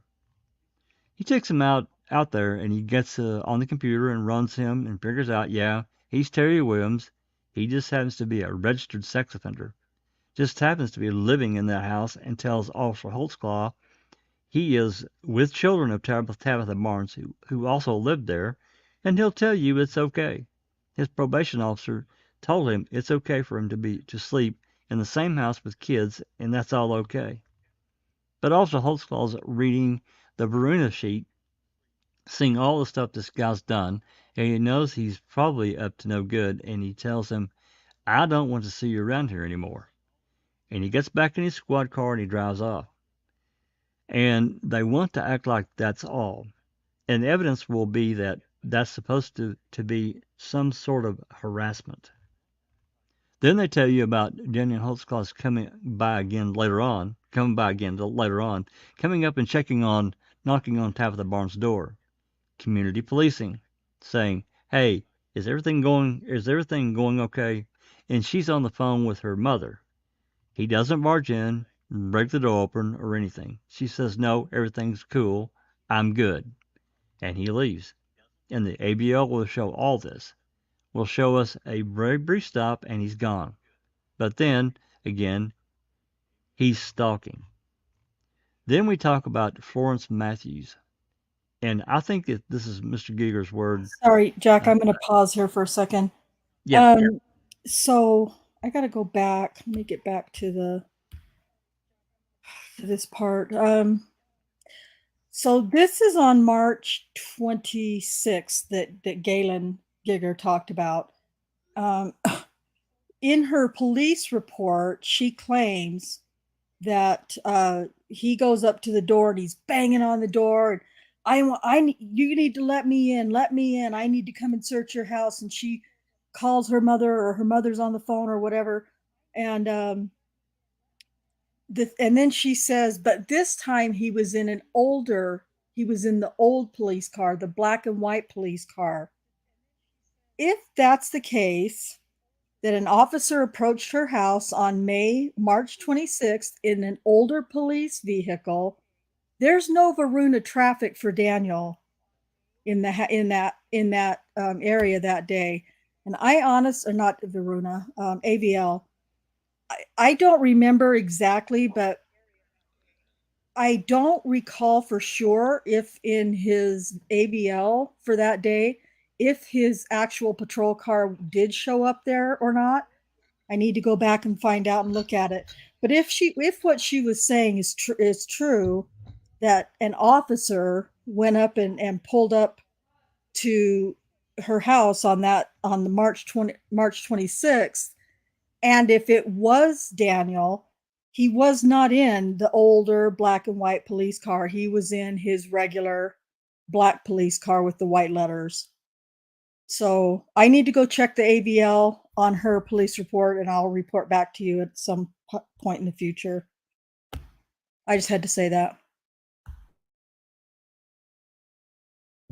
It was 20 degrees on February 27th when they were going to get ice cream at midnight. Yeah, like I told you before, Tabitha Barnes is the story that is probably one of the most difficult ones to tell because it's so twisted. She claims there's 3 separate encounters, and only 2 of them involved any sort of assault. So it's Tabitha Barnes. When we get to her in the timeline and we start talking about her, that's going to take us a few weeks to get through. Just when we're doing that later. Sorry, Jack. Go ahead.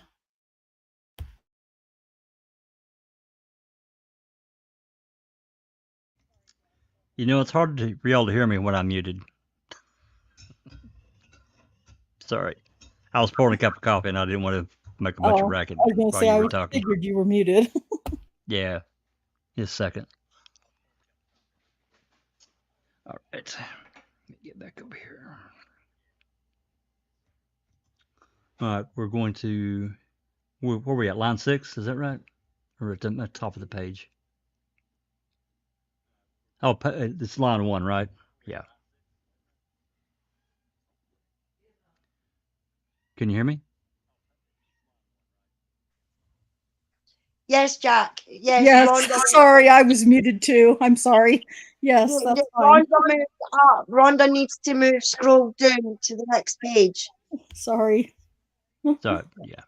All right, are you line 1. reading from mine still, Jack? No. Oh, okay. Okay. Yeah, okay. We're on line 1. Go ahead. Carry on. Then we talked about Florence Matthews. And I think this is Mr. Geiger's words, Mr. Giger's words, is that she was drinking and she's a crack addict. She is. And again, she never comes forward until the police come to her and after it's been on the media and everything else. Then we come up, another one that you're going to hear right after Miss Mathis is a lady by the name of Rosetta Great. And to give you an example of what we're dealing with and what I say when I'm talking about a street education, and what you're going to hear, and the evidence is going to be, is that prior to her ever running into Daniel Holtzclaw, he was, and the evidence will be very vigilant cop. He was around, all around the northeast side of the time, all the time. He wasn't afraid of anything or anyone, and he was going in and out and driving around by himself. He didn't care. He was proud of what he did.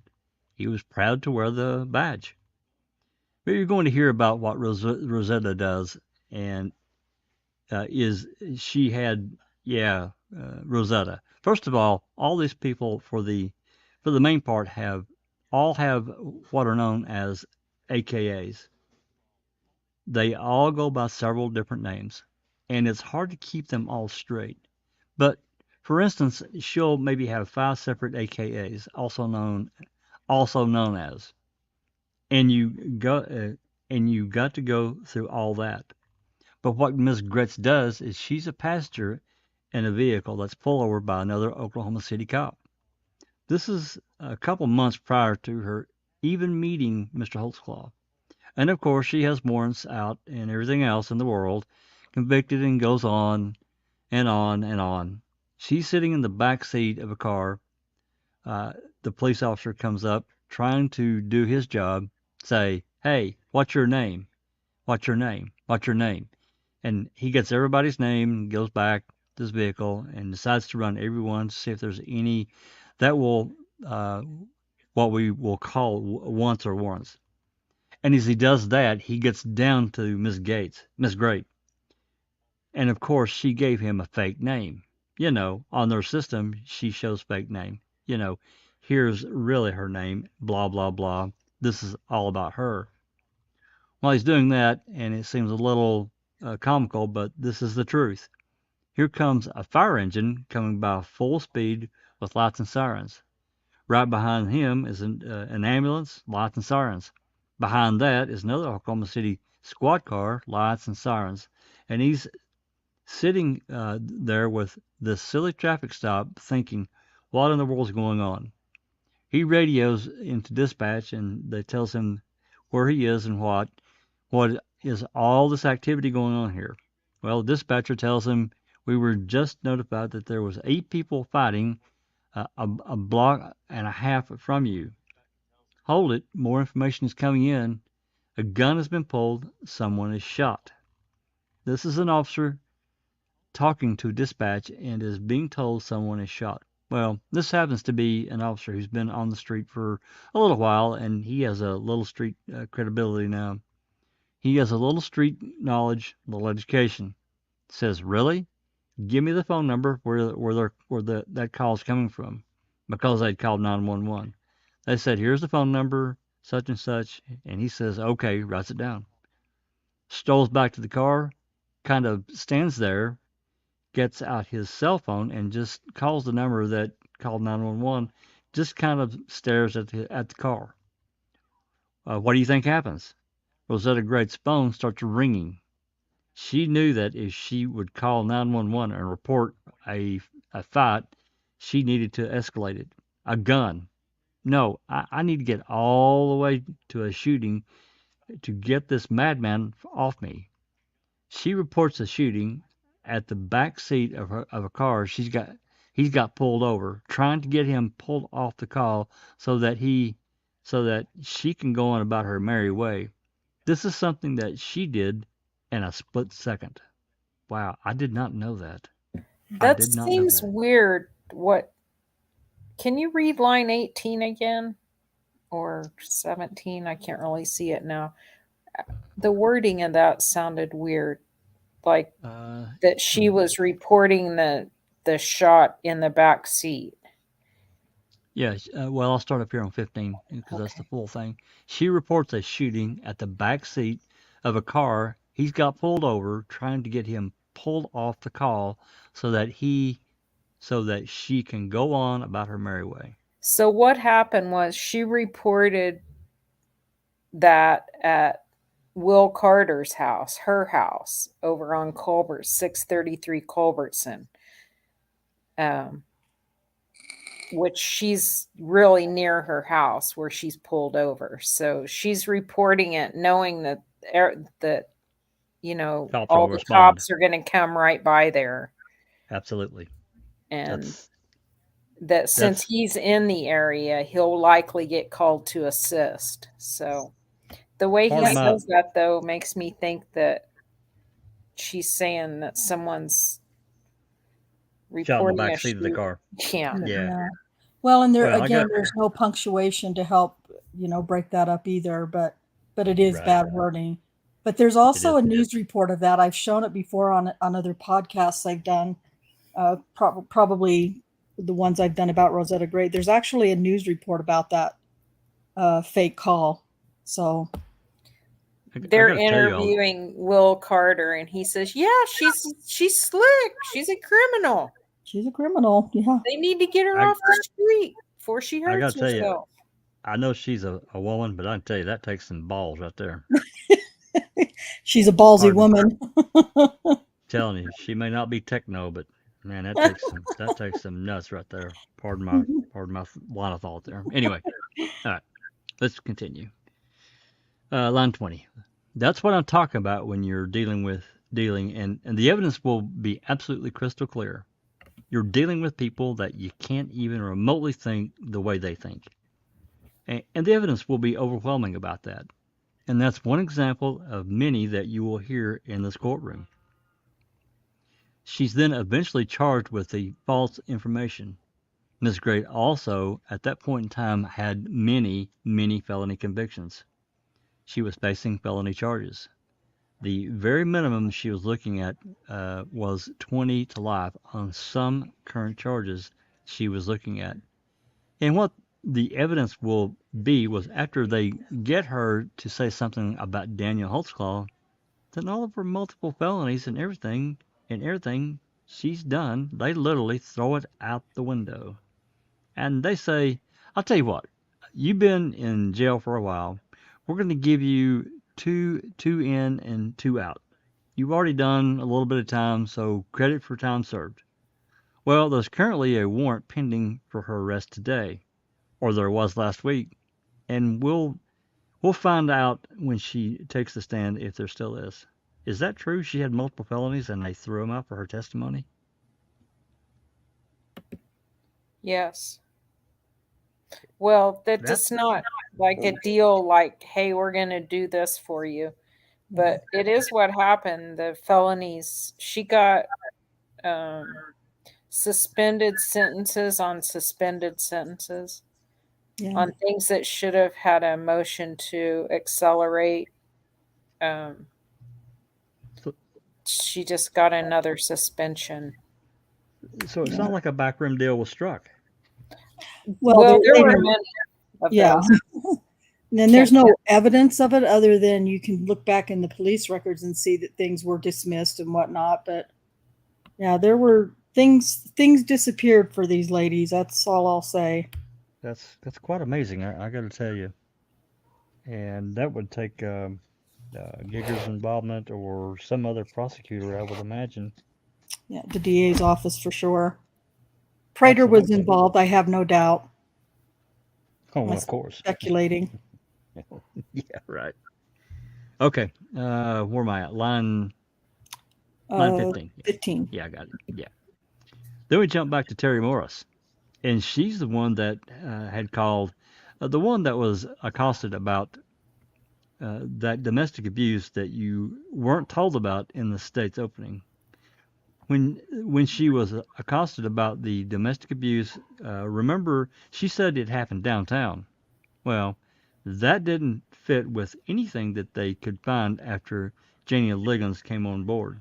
So they started going back to her, and it took several times going back to her. Well, we just can't find anything. We just can't locate anything. Well, it didn't happen there. It happened here. No, we don't show any ABL there, so it can't be there. Are you sure you weren't over maybe by Liberty Station Apartments? Well, does the ABL say I was over there? Well, I don't know. Well, okay, I was at Liberty Station Apartments, and I didn't tell you that part because of the people I love. I really, he's expendable, but the ones she loves aren't. So let's protect them and the drug dealer and everything else. But let's not protect the Oklahoma City's finest. Let's go protect the drug dealers. And that's what you're going to hear from the stand. Also, Janie Liggins reports this on June the 18th of 2014. What you're going to hear is they processed her car for DNA and prints. They also processed Officer Holtzclaw's squad car because what she says is required to put her hands on the squad car while she was during the stop. They don't ever find any of her DNA anywhere. Mr. Giger also says they don't find anyone's DNA except for Ms. Gardner. That's the 17-year-old that we haven't really talked much about, but I'm going to. And she's the one that kind of comes in late in the game because if you believe the government's theory, there's 3 separate women that all happened literally within a 4-hour period leading up to Janie Liggins. What Ms. Gardner, what you're going to find out about her is that she was reported as a runaway by her mother, who she had literally just beat the crap out of. Hit her 4 or 5 times in the face. And the mother says that she had reported her as a runaway. However, when Officer Holtzclaw was not there, and if you'll recall in Ms. Giger's opening, he kept telling you she had no warrants. She had no warrants. she had warrants, and I'll show you the warrants. The proof is going to be she did have warrants. But Officer Holtzclaw, when he came in contact with her the first time, when she was around there, those other individuals, remember him telling you that she had she was a 17-year-old and she had all sorts of problems and she'd been through a lot and all these things. Well, yeah, she was out in the public. She was out in the public street late at night with some friends who were in a fight. They were in a fist fight. And lo and behold, and God forbid, but the Oklahoma City officers showed up to figure out what's going on. We're having a little melee out there on the road. And Holtzclaw separates everybody to try to get their story of what was going on there. And he gets all their names and he runs them all through Varuna and all those systems we've heard about. And he sees where Miss Gardner, where she actually has a warrant for trespassing. And he tells her, listen, I'm not going to take you in on that. I'm going to let you go. Just go get that deal handled. Just go get that deal handled here shortly. I mean, you look like you can get it. Just get it together and go get it handled. Then he goes on about his patrol. Several hours later, he runs into her again. And then again, she's 17 years old, and again, she's not showing up anywhere in Oklahoma City that's being reported as a runaway, although her mother says she has reported her, but she's not in the computer system. And we'll back that up. And it's not anywhere, and he doesn't know that. But she says, hey, can I have a ride home? He says, sure, I'll take you home. And that's part of the community policing that we have here. And so he has her get in the back of the squad car, and he takes her to what she says is her address.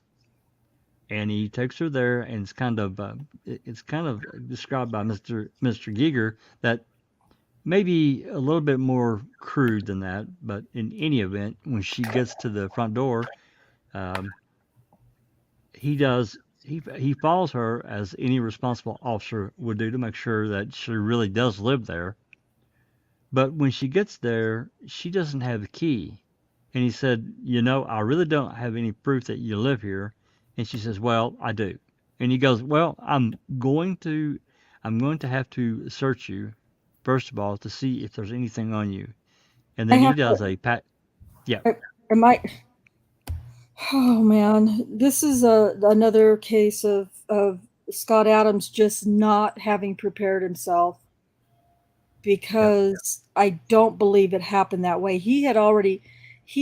And Kay will, and I heard this from Kay, and she'll back this up, but Daniel didn't put, and most police officers never put somebody in the back of their patrol car, whether they're just seating them back there while they run their names or whatever, or if they're going to transport them. So they never will put them back in the back of their squad car without searching them first. They have to make sure before they put them in the back of the squad car that they're not carrying any weapons or anything that they could hurt them with. So this is some really poor planning about this particular part of this story. Yeah, trial prep. Yeah, trial prep. Thank you. So, because it didn't happen that way. If he's searching, he didn't. I mean, Scott Adams is saying that he searched her at the door to make sure see if there's anything on her. Well, he had already done that. Scott. And that's her story. That was her story. Yeah.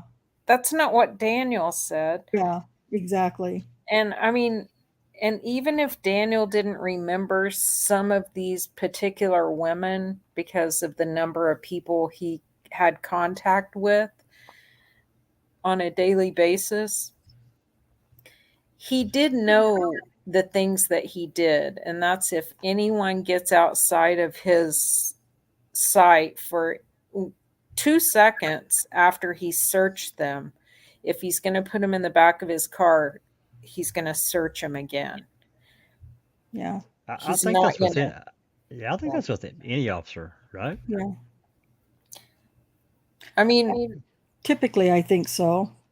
Well, I mean, can you imagine getting shot in the back of the head because you didn't search the person? Well, Exactly. he didn't have these people in handcuffs. Yeah. That Yeah. too. So I mean, they could have had a knife or anything like that. Any decent Yeah. cop, I don't care what country it is you're in. It happens here as well. If you get stopped by the cops, or if you're in a fight or an argument or something like that, and they are called out, and you're getting huckled away by the cops, they're searching you. They're making you empty your pockets before you get in the van, their motor, or anything. Yeah. And they'll Yeah. take it off you, you know. And that's just common sense for any police that is going to be putting somebody in their back of their motor or their van or whatever. I mean, not necessarily a van, because the vans that we've got here they're like, it's like inside them, it's like cages, it's like separate cages, so that they can Right. put a few in at the same time, you know what I mean? Yeah. So, Yeah. and keep them separate. But when it comes to something like that as well, I mean, if you don't search a prisoner or a person that you've apprehended, and then you put them into the back of a van, and you put them in there with somebody else, and they've got a shiv or a blade or whatever on them, you know, then it's not just you, it's the person in the back of the other person in the back of the van and all. So common sense with any police tells you they're going to search anybody who goes into the motor. Yeah. Period. Yeah. Yeah. I totally agree. Yeah. All right. Line 23. And then he does a pat down search, which is going to become very important in a minute. And he says, "Before I let you go, I want someone's phone number inside that house." And she said, "Okay, I'll give you my mom's phone number." And so he writes down mom and her phone number. Says, "Okay, you be good and stay out of trouble." And he leaves. Well, she somehow, I don't know if she goes in or leaves or does what, but she says that he sexually assaults her on the front porch. You're going to see all the pictures of when you can clearly see the neighbor's house is right there. I mean, within feet of it. But in any event, Mr. Holtzclaw follows through with his promise as a good police officer. It's what you would expect a police officer to do when he drops a 17-year-old kid off at somebody's house who can't prove that they really live there. He dials that phone. He dials that phone number to see whether or not she really lived there. And when he does, he gets a cussing unlike we've ever heard. It was Oh about Lord, midnight. this timeline is messed up. This is It's making me crazy. yeah, I it's a little know cringy. It's for it's yeah. bad. It's Okay, I'm gonna bad. be quiet. No, You're it's fine. okay. Interrupt me. You interrupt me whenever you want. It doesn't bother me. It was about midnight when he called. He was checking up. Before he can even get the words out, I can't even. I could, but I'm not going to repeat what he's told, and they hang up on him. He forgets about it. To him, it's irrelevant. It's just, what am I supposed to do? He drives around and goes on home. Well, what you're going to hear about that DNA is taken off him is on the 18th is we've all seen the quote unquote CSI shows.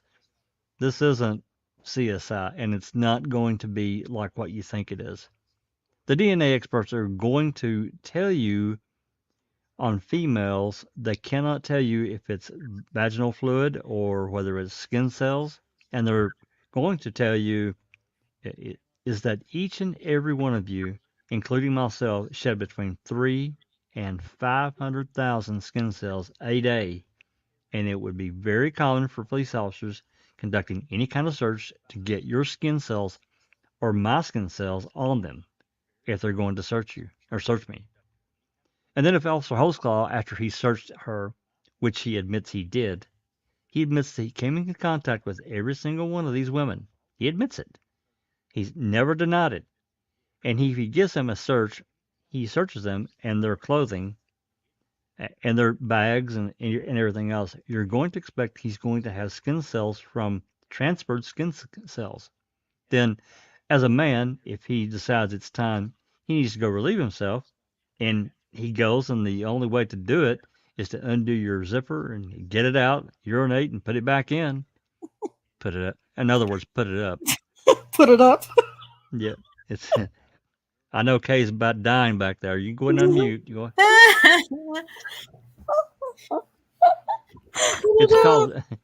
It's called transfer, and it's transfer DNA, and that's what Mr. Holtzclaw's position has been from day one. I didn't do it. He didn't do anything sexual with him. The evidence is going to be it's simply just transfer DNA. And again, on all these women, all these other women, they say that he had sex with them, and he had sex with one upstairs, and she testifies in the very first report. Oh yeah, he used a rag as soon as we got done, and he ejaculated. Which is Oh my God. they could tell that. Trust me, the DNA can tell you if it's a man's semen or not. He ejaculates into a rag and he throws it into the That closet. is not the story. Oh my God. It's bad. It's bad. This is so bad.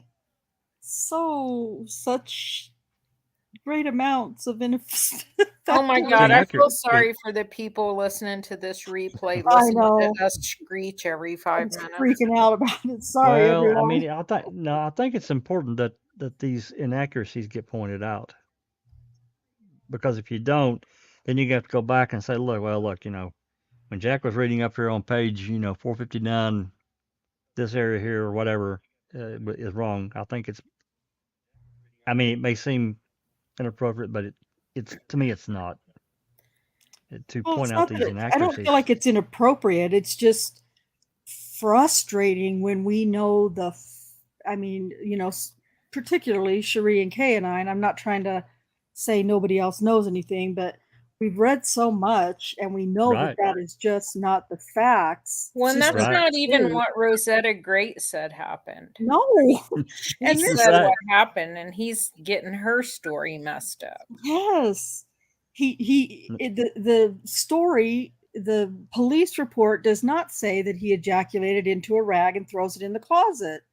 No. He raped her, ejaculated, and then when he was finished, she wiped herself with that towel and she threw it in the closet.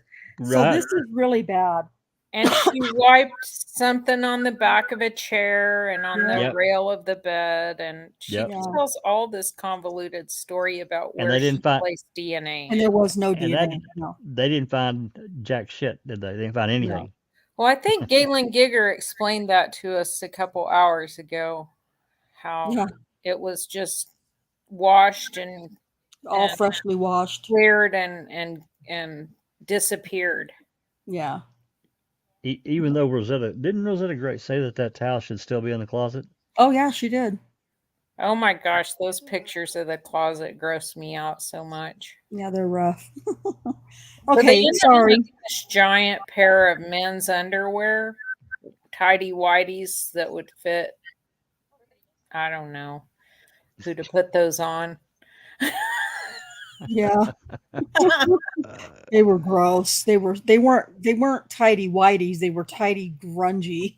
I think they would be too You. big for the dishonorable Timothy Henderson, but Oh boy. For he sure. did like that brand. He did like tidy whities. All right. I'll start at line 3. The wrong part again.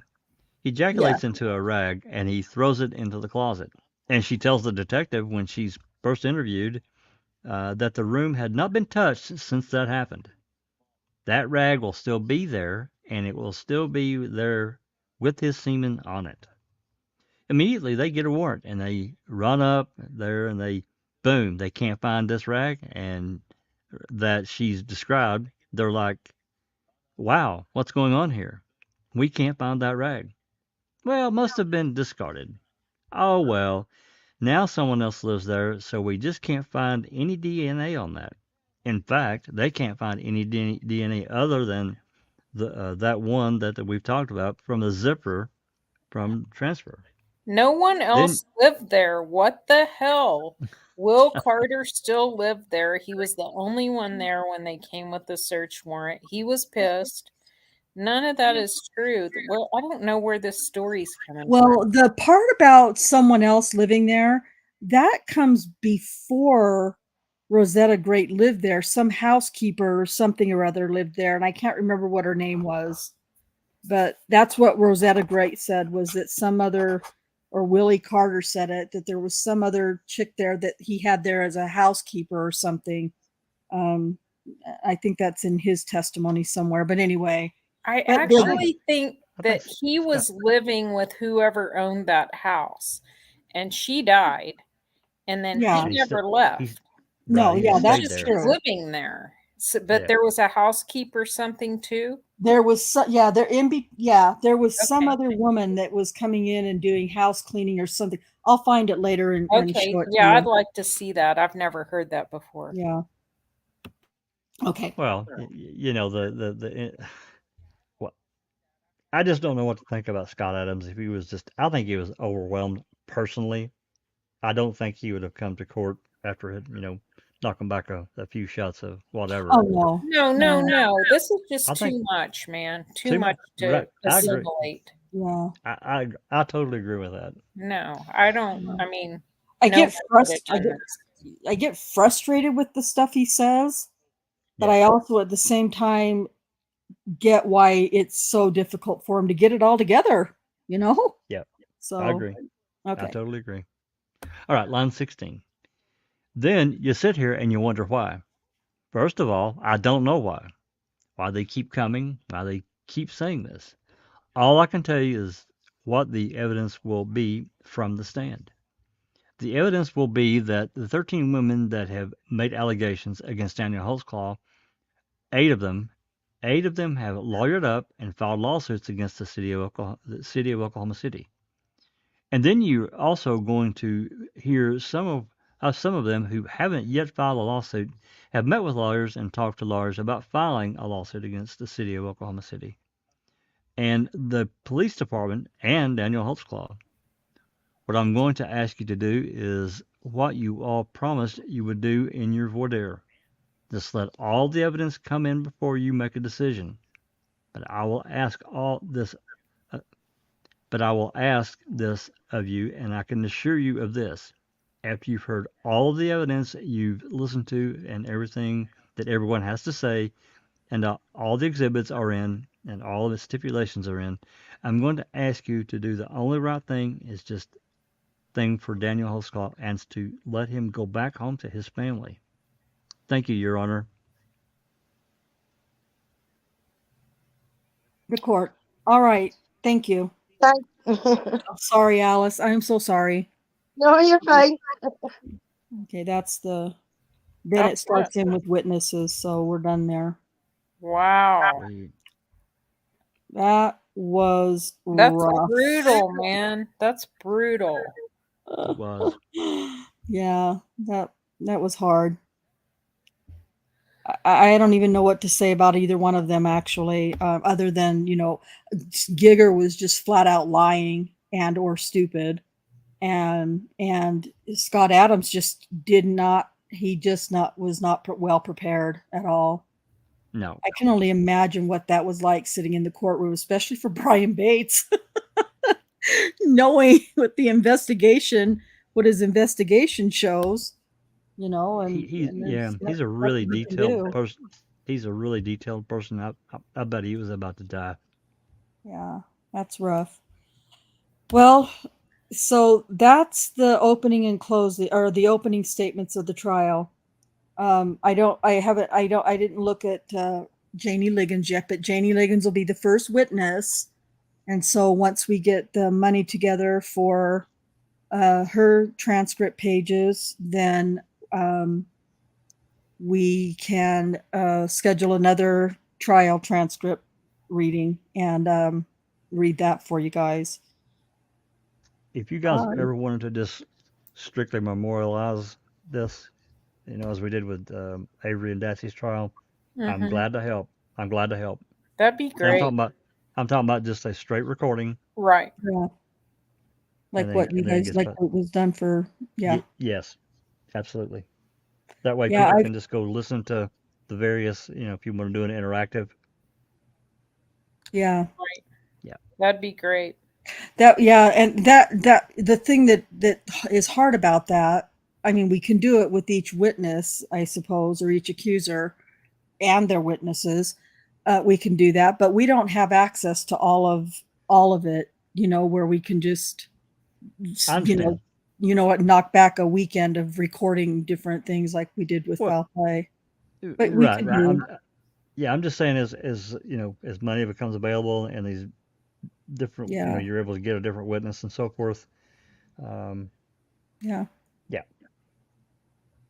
yeah. And I mean, yeah, for memorialization purposes, if we wanted to, I could even go back and then edit so that it's just reading, of course, That's right. but That's right. which When isn't a bad idea actually. Now that I think about it, you run across a word like coabulate, I've been practicing that word. phenolphthalein, Yeah, whatever, phenolphthalein, whatever that word is. I I can't gotta even tell you, say that cells word that comes before elethiopolol or whatever cells. I can't say that one either. Kay's epithelial. always telling me. Epithelial. Yeah, whatever. Shut up, Alice. Nobody was talking to you. The deal is, Kay, is that we can do that, but there's a rule, and it's the West Coast homies cannot be together. They cannot. They have to be separated. All Now right. I'm talking about Neverly and Rhonda. They Okay. No, cannot he's read not. He is not talking about Rhonda. But the it was hell a I'm lot of good not. times. The hell we It laughed got for we it la- got we laughed for late. we laughed for 20 minutes over that one deal. 20 minutes. I We were know we laughing. couldn't stop. I Well, know. that's I know. Rhonda. Oh, me. Yeah, you always I, do that. I can tell you, Neverly was right there with her. I can She's tell still that. listening. Thank you, homie. Oh my See, God. Busted, Jack. I talk about it. Boom, there she is. Okay. Our lovely lady Neverly. Well, first of all, it was late. The It words was. were really difficult, They and were. the boob was infuriating. He was. And it was tired. We were tired, but we were also on a deadline. We had to get it done that night. It's just Though bad. also true. Also true. In our defense, I got And your back, Neverly. I warned Zoe she's gonna have a time with it.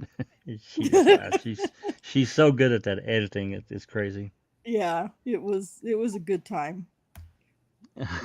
No, it's not a bad thing. It's not a bad thing, Neverly. Not at all. It was a good time. We had a good It time. was. We did. All right. Well, that was a little bit of a marathon, and I know that these reading transcript pages are going to be longer. So, she heard everything. She heard your mouth running over there, Jack. She knows. And don't worry, Kay's over here blaming it all on me. So that was Rhonda. Oh, geez. You're famous for that. For laughing, I guess. I don't know. Maybe. I have no idea. For not being able to get your shit together when you start laughing. Oh, yeah, that's true. Oh yeah. Yeah, When she once gets the it giggle gets- box going, yeah. When the giggle box turns on, Yeah, it's over once for it at least a gets while. going, it's hard to stop it. Sure. Yeah, it's true. It's true. Don't even try me. All right, you guys. So we can expect, like I said, these, however we end up doing it, these trial transcripts to be, longer transcripts. So that's why I'm not looking for, likes and subscribes and all that stuff. I appreciate it, of course, and I'm very happy and grateful to have you stay as long as it takes. We really appreciate that. But it's not something that I expect, because I know it's not fun to sit and listen to a bunch of transcripts all the time, especially if it's a case you're not familiar with. So, but this is a good way to get familiar with it, is by checking us out every Thursday night at 5 p.m. Central, and on the Mondays that we can, listening to trial transcripts readings. So, We've been a while already, so I don't want to keep us going any longer. Jack, any last things you want to say before we take off tonight? Excellent stuff, guys. Like I say, just keep it going. This is to me, it's really important to get the nitty gritty of what happened at trial out there as much as we can, however we can. I think the more that know, the more information we can get out, the more people can hear it, understand it, and maybe get involved. Yes. Become an advocate themselves Yeah. and get Daniel out. Yes. That's the main goal for They sure. screwed that guy every which way, but every which way. Every which way. Yeah, they didn't leave anything out. Yep. Yep. Okay. Cherie has been silent, but she's been here with us for the last couple of hours. Cherie, is there anything you'd like to add? Well, I had to miss the first part, but it was really good to hear it all. I have not read all of this yet, so yeah, interesting. Good job. I hadn't either, and I'm a little disappointed, I must say. Yep. Yep. All right. Well, thank you, Cherie. Alice, do you have anything you'd like to say before we take off? Yeah, just thanks for having me on panel. Thank you to everyone in chat. And both chats that came and stuck with us until the end.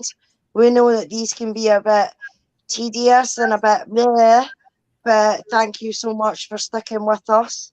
If you would like to donate to help, there is a room in Daniel's Truth Discord where you could go and help. So please go and have a look at that. Every little bit helps, even if it's just $1. So thank you, everyone, and thank you, panel. Thank you, Alice. Kay, you get the second to the last word. So Thursday in Rhonda's YouTube channel, we will be proceeding on through with the timeline, and we are up to Florine Mathis. So we're going to be checking into what the investigators are doing. They're being directed by the brass to, find more victims. So that's exactly what they are doing since they've secured Terry Morris's help. They've got Sherry Ellis on board, and they are just going to steamroll ahead. So it ought to be a good show. Join us at 5 on Thursday. Yes, absolutely. Thank you very much, Kay. I appreciate that. And so I'll just say until next time, peace out.